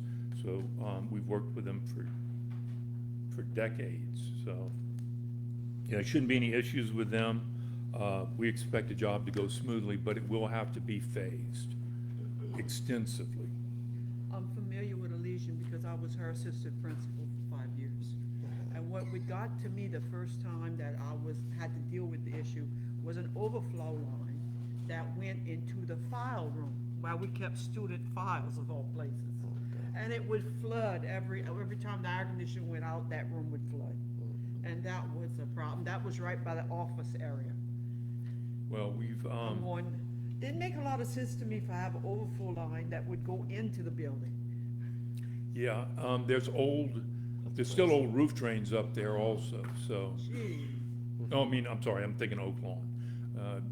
Yeah, I don't know why they would have had an overflow line Yeah, going in there. and yet that was the room we kept student records in, the files. Wow, that's crazy. Well, was it Unbelievable. the construction of the school does make it problematic to be able to install stuff. Yeah, I so- can believe it's problematic. so. But it will be a much better system. Both systems are VRF, so. Good. Very good. Thank you. Any very additional much. questions? Thank you. Thank you. Mr. Sammy. Make it quick.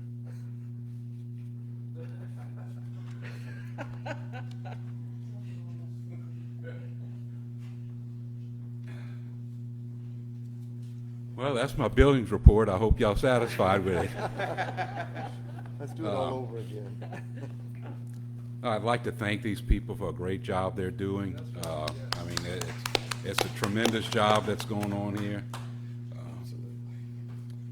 A lot of them left, so they'll miss the thanks.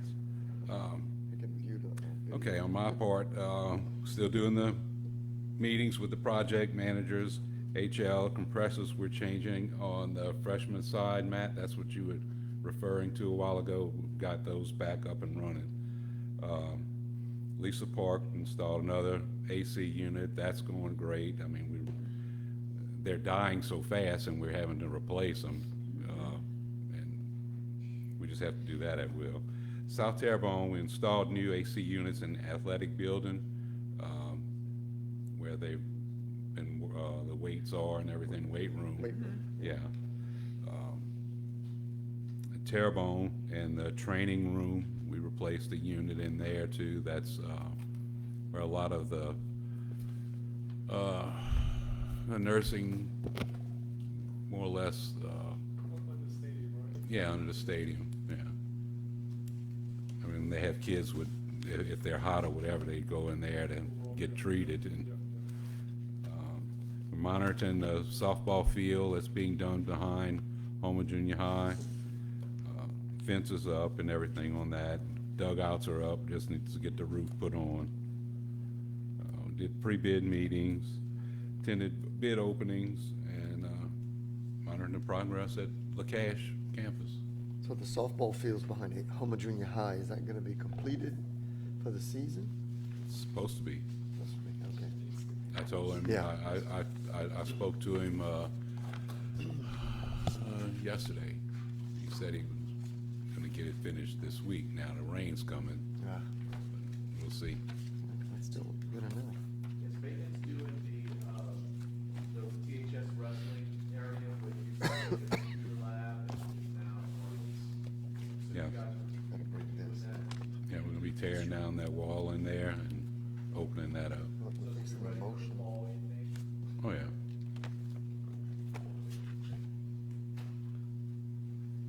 Sounds good. Dr. Maybe all that. That's good. Thank y'all. Thank you. I can't motion to adjourn, she left, unless I appoint somebody. Can I do that? Well, she went to the restroom. We have to wait a little bit. Come on, we can go. So we bring, the attorneys Motion aren't to here, we can adjourn. bring Robert. Okay. Second myself. Public comments, anybody else? All right. So moved. Everybody go home. We should all leave, turn off the lights when she goes back. Where's everybody at?